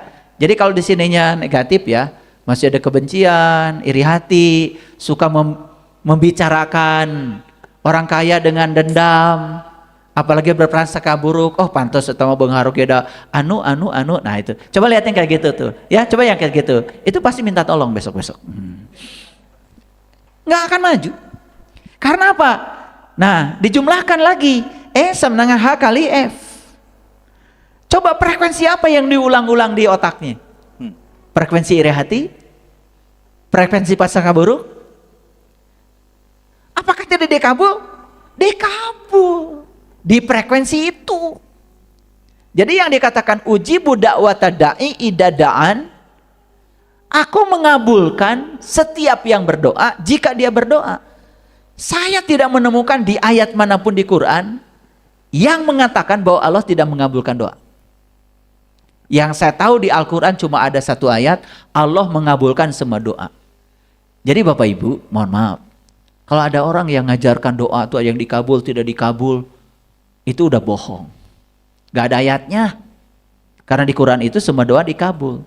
Tapi dikabul di frekuensi yang kita pancarkan. Clear? Clear kan? Itu. Nah, sekarang ini supaya jelas. Tadi apa? Pikiran. Yes. Frekuensinya mengulang-ulang. Tadi apa? Mengulang-ulang yang diinginkan ya? Ya. Udah, diulang-ulang menginginkan rumah baru. Betul nggak? Taruhlah 100 frekuensinya. 100 kali. Frekuensi itu 100 peristiwa. Yes. Oke? Ya. Tapi perasaan setiap dia mengulang-ulang yang 100 kali itu ya menyangkal. Gak sinkron. Gak sinkron tuh, gak sinkron. Ya, berarti ini ya mungkin min 10. Malah negatif. Nah, kemudian lihat kata-kata, ini baru pikiran, ini perasaan, kata-kata. Nu digobrolkan dengan kasusah we. Yang negatif terus yang Ya, diobrolkan. tiap ketemu teh, aduh, ya banget. Pasti Rara ngobrolnya iri, kasusah gitu. Jadi Ya. keluhan gitu kan. Ini coba aja. Nah, ini mungkin ini min 100 Kang Yudi. Walah. Negatif, dihitung negatif frekuensinya. Kemudian tindakan, ada sih tindakan. Ya, misalkan jual gehu misalnya. Ya. Gehu. Tapi jual gehunya itu pakai gini. Aing mah. Bukan. Gini. Teu payu oge, dahar we ku urang gitu. Jadi oke. sudah berpikir teu payu. Oke. Da bikin gehunya juga, di nu teu payunya ge di dahar ku urang, bukan berpikir payu. Ekor mah gehu dengan 10 siki. Payu itu laku maksudnya. Ya, jadi gini. Oh, mohon maaf ya ini. Bahasa Garut ini bahasa Garut. Gini. Nggak laku juga nggak apa-apa, paling dimakan gitu loh. Jadi dari awal jualan dia sudah berpikir nggak laku. Makanya kan besok jualan nggak laku, Ya. dahar. Besok lagi jualan nggak dahar. Ngerti maksud saya? Ya. Nah, padahal pikirannya itu sudah BMW, di sini sudah macam-macam gitu. Nah, ini taruhlah Ya plus 2 lah ya. plus 2 lah. Jumlahkan ini. Ya, ini masuk di frekuensi yang negatif. Nah, frekuensi ini jadi gelombang. Dia akan dipantulkan ke sini, frekuensi ini. Apa tidak dikabulkan? Dikabulkan. Cuman kita melihatnya hanya satu kejadian di pikiran. Padahal semuanya harusnya akumulasi. Karena doa yang hidup itu selarasnya antara pikiran, perasaan, perkataan, dan tindakan. Yes?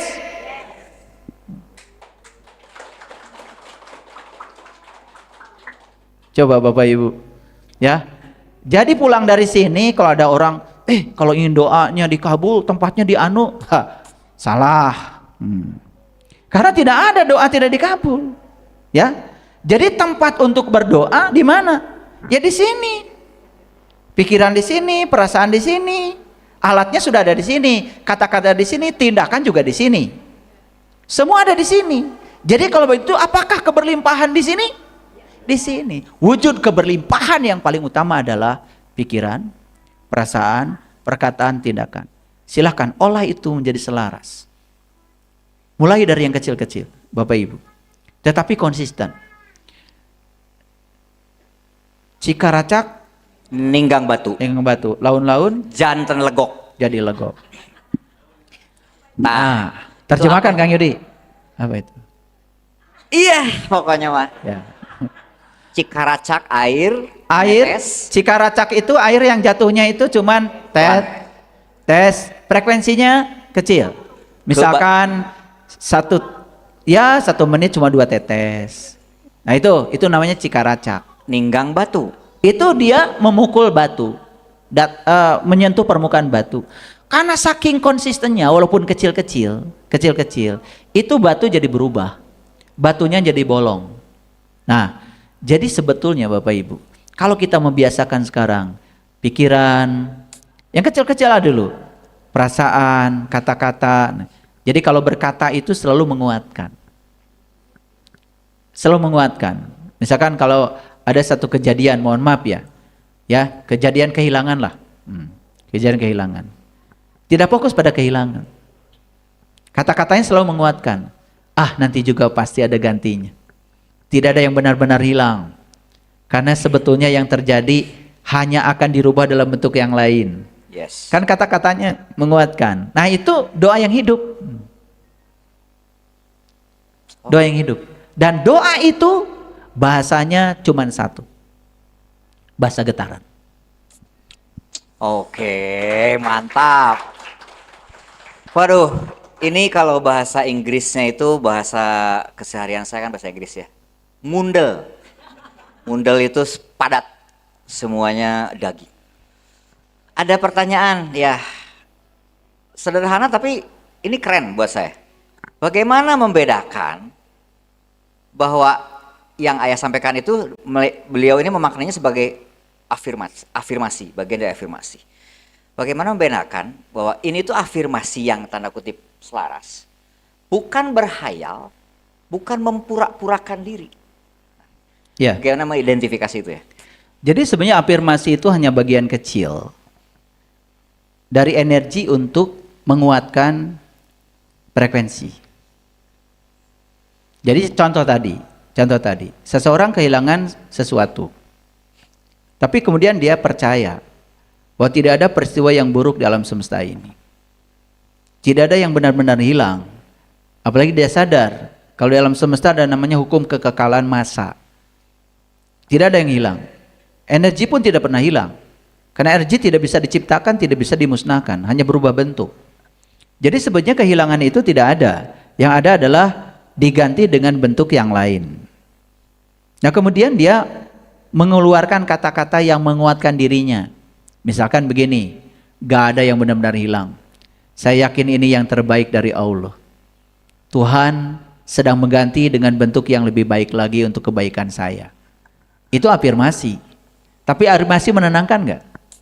Nah, sekarang afirmasi itu menenangkan pikiran gak? Menenangkan perasaan gak? Ya, membangun frekuensi gak? Menimbulkan semangat gak? Dia tetap bekerja, tetap bertindak, tidak ngurung diri di kamar. Jadi dia tetap aja berpikir, dia merasa, ya, dia juga tetap bertindak, ya, dibangun oleh afirmasi tadi, lewat kata-kata yang menguatkan dirinya.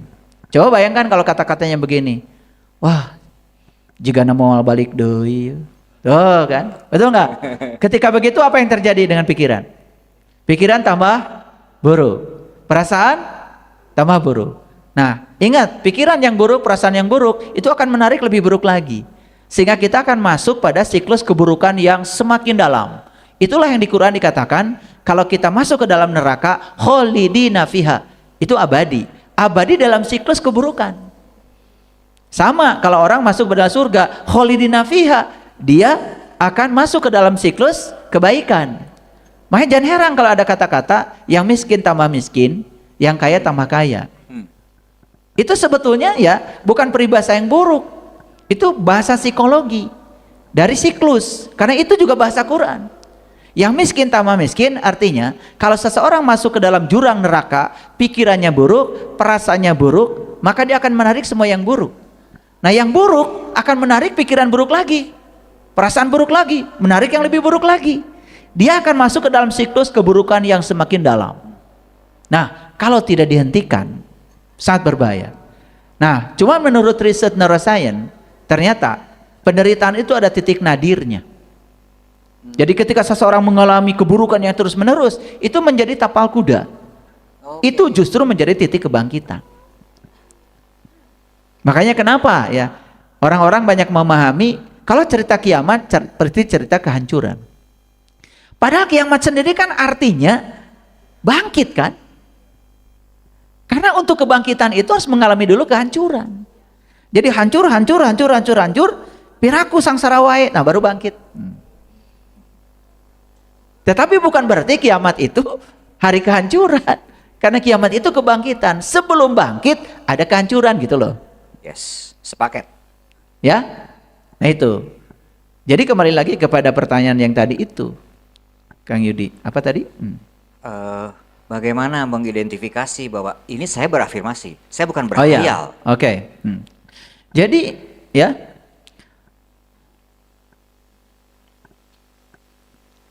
Berarti kan nggak yakin ya dia itu kalau ketika kalau ada dia, pengalaman. ketika dia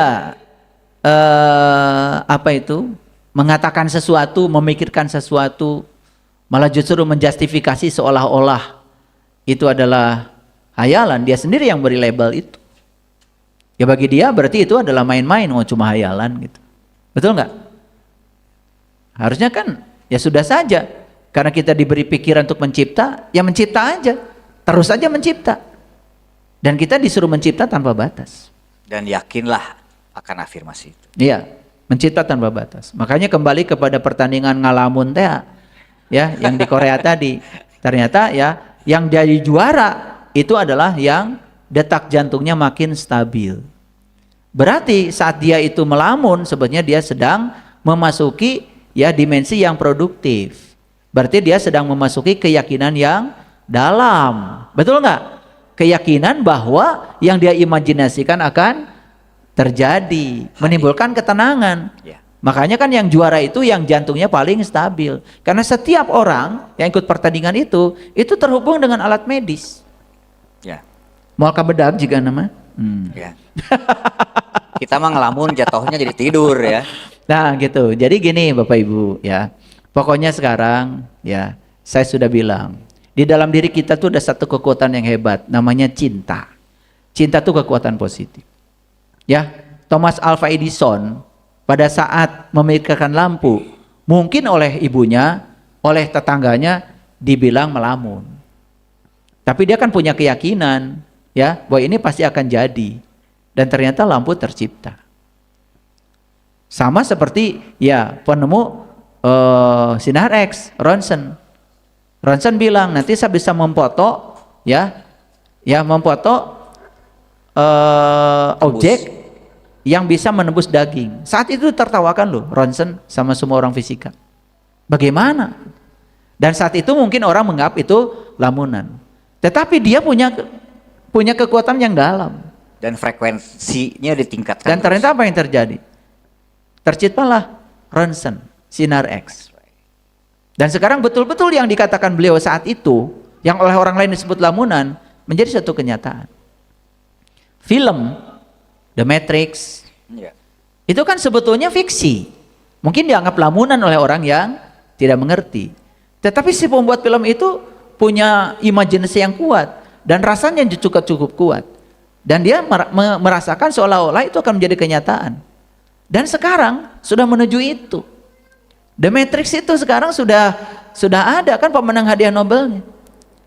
Ya. Jadi ternyata ya efek kuantum bukan hanya terjadi di aspek mikro.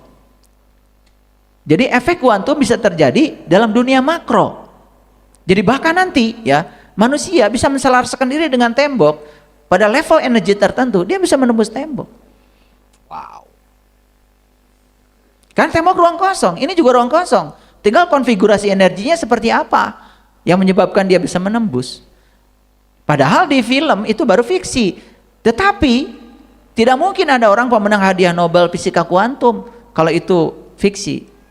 Karena fisika itu sesuatu yang observable. Ya. Sebuah yang terukur. Bukan bicara sesuatu yang lamunan. Yang semua fiksi itu sekarang menjadi kenyataan. Masih ingat gak bagaimana dulu pencipta pesawat ditertawakan oleh tetangganya? Iya. Bagaimana besi bisa terbang? Dan mungkin ya orang yang mentertawakan itu pernah naik pesawat juga buatan Wright Brothers. Wright Brother. Betul nggak? Makanya Bapak Ibu saya kasih tahu, jangan takut berpikir beda. Walaupun dibilang oleh orang lain itu adalah hayalan, sudah nggak apa-apa. Kita yang punya keyakinan, berpikir beda itu tidak salah. Dan berpikir sama juga belum tentu benar. Yes. Betul nggak? Dan kalau tidak ada orang yang berani berpikir beda, tidak ada kemajuan dunia ini. Kalau tidak ada orang yang berpikir beda, tidak ada pengeras suara, nggak ada laptop. Bagaimana dulu pencipta personal komputer ini ditertawakan? Waktu dia mengatakan, nanti semua orang akan menggunakan software buatan saya, namanya Microsoft. Ditertawakan loh di bangku sekolahnya. Kamu jangan mimpi. Tetapi kemudian lahirlah internet. Dan semua alat komunikasi kita sekarang terhubung dengan internet. Lewat networking namanya jaringan. Dan Bapak Ibu yang punya alat komunikasi sekarang tidak ada dalam jaringan internet, pasti dibuang buat apa? Dan semua kita ingin terhubung. Betul nggak? Dulu betapa mahalnya kita telepon. Sekarang pakai WA. Ya. Dalam jaringan. Menjadi murah bukan? Dulu tagihan telepon masih zaman kabel, mahal. Betul nggak? Ya. Sekarang semuanya serba murah. Bahkan mengirim video dalam waktu yang singkat sampai.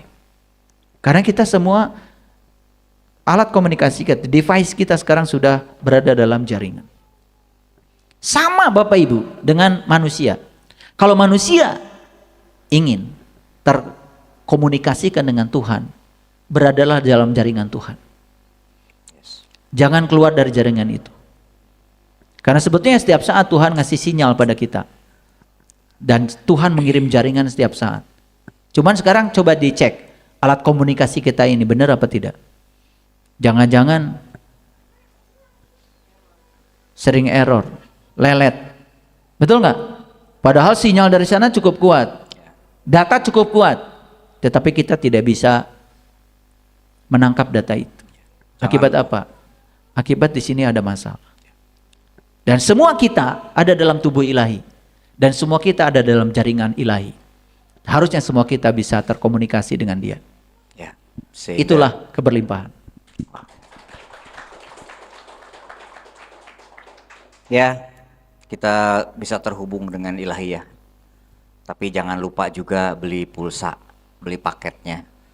Paketnya apa? Ya eling dan waspodo ya. Dalam setiap tindakan.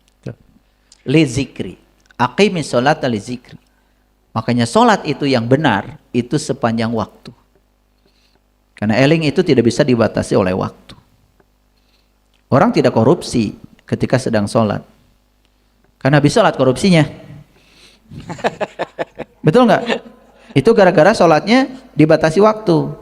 Tapi kalau sholatnya sepanjang waktu, nggak ada korupsi.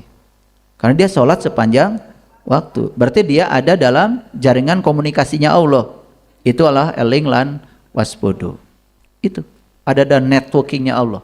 Kalau ada dalam networkingnya Allah, semua orang tuh penuh cinta. Karena dia adalah sumber cinta. Indah sekali. Ya. Jadi hari ini saya ngasih pelajaran fisika SD sebetulnya nih, belum apa-apa. Saya tidak memunculkan rumus-rumus yang ruwet. Kalau tadi saya cerita amplitudo, ya mungkin masih dalam jangkauan pikiran ya. Masih ini SMP lah. Fisik for all. Ya. Fisika untuk semua umur. Mulai dari S1 sampai S3 bisa menangkap. Maksudnya SD, SMP, SMA bisa lah kayak gini. Ya, hatur nuhun pisan Ayah, keren sekali, luar biasa kajian pada siang hari ini. Apa ya, menakjubkan, mind blowing. Jadi Ayah Bunda, kalau kita kembali ke judul, Judulnya adalah menyaksikan keberlimpahan tanpa batas dalam diri. Berarti kita sekarang sudah mulai paham ya, sudah mulai mengenal bahwa tidak semata-mata Tuhan melinggihkan dirinya ke dalam diri kita dalam bentuk ruh yang ditiupkan oleh Dia ke dalam diri kita. Itu tentu saja sepaket dengan semua kesiapan fasilitas untuk kita bisa berkehidupan di muka bumi ini. Tuhan memberikan segalanya, yang di dalam maupun yang di luar, yang jasmani maupun yang rohani. Dan di sini kita belajar bahwa keduanya itu bisa sinkron. Disitulah tempatnya yang namanya perasaan, pikiran, dan itu harus terelaborasi dalam bentuk tekad, ucap, dan tindak. Dan semuanya tetap harus ternaungi dalam satu liputan yang maha yang disebut kesadaran. Sehingga elinglah selalu setiap saat, dengan eling tentu kita pun akan waspada. Dari situlah energi yang kita miliki itu benar-benar mewujud menjadi frekuensi, menjadi vibrasi yang pada ujungnya resonansi dengan semesta, sehingga tidak ada lagi yang namanya kegamangan bahwa doa saya tidak terkabul, Allah benci sama saya. Tapi ujung-ujungnya semua akan hadir rasa syukur, syukur, dan syukur. Dan syukur yang terbaik adalah memanfaatkan apa yang telah Tuhan berikan kepada kita. Kurang lebih itu kalau yang saya tangkap atau sebagai konklusi dari versi saya. Tapi mohon ayah sebelum saya tutup, 1-2 kalimat sebagai bekal akhir buat kami semua siang ini. Ya, hari ini kita sudah menyaksikan bahwa keberlimpahan itu sumbernya ada di dalam. Dan kalau yang di dalam ini sudah terbangkitkan, maka dia akan menjadi getaran, vibrasi, frekuensi yang akan meradiasikan gelombang. Gelombang yang akan diradiasikan tentu saja gelombang yang berasal dari getaran itu. Dan gelombang itu oleh semesta akan dipantulkan pada diri kita sesuai dengan getaran yang kita bangun. Oleh karena itu, betapa adilnya, betapa presisinya semesta. Mulai sekarang belajar bertanggung jawab untuk tidak menyalahkan siapapun atas realitas hidup kita, karena semua itu adalah frekuensi, vibrasi, dan energi yang kita pancarkan. Belajar bertanggung jawab. Terima kasih.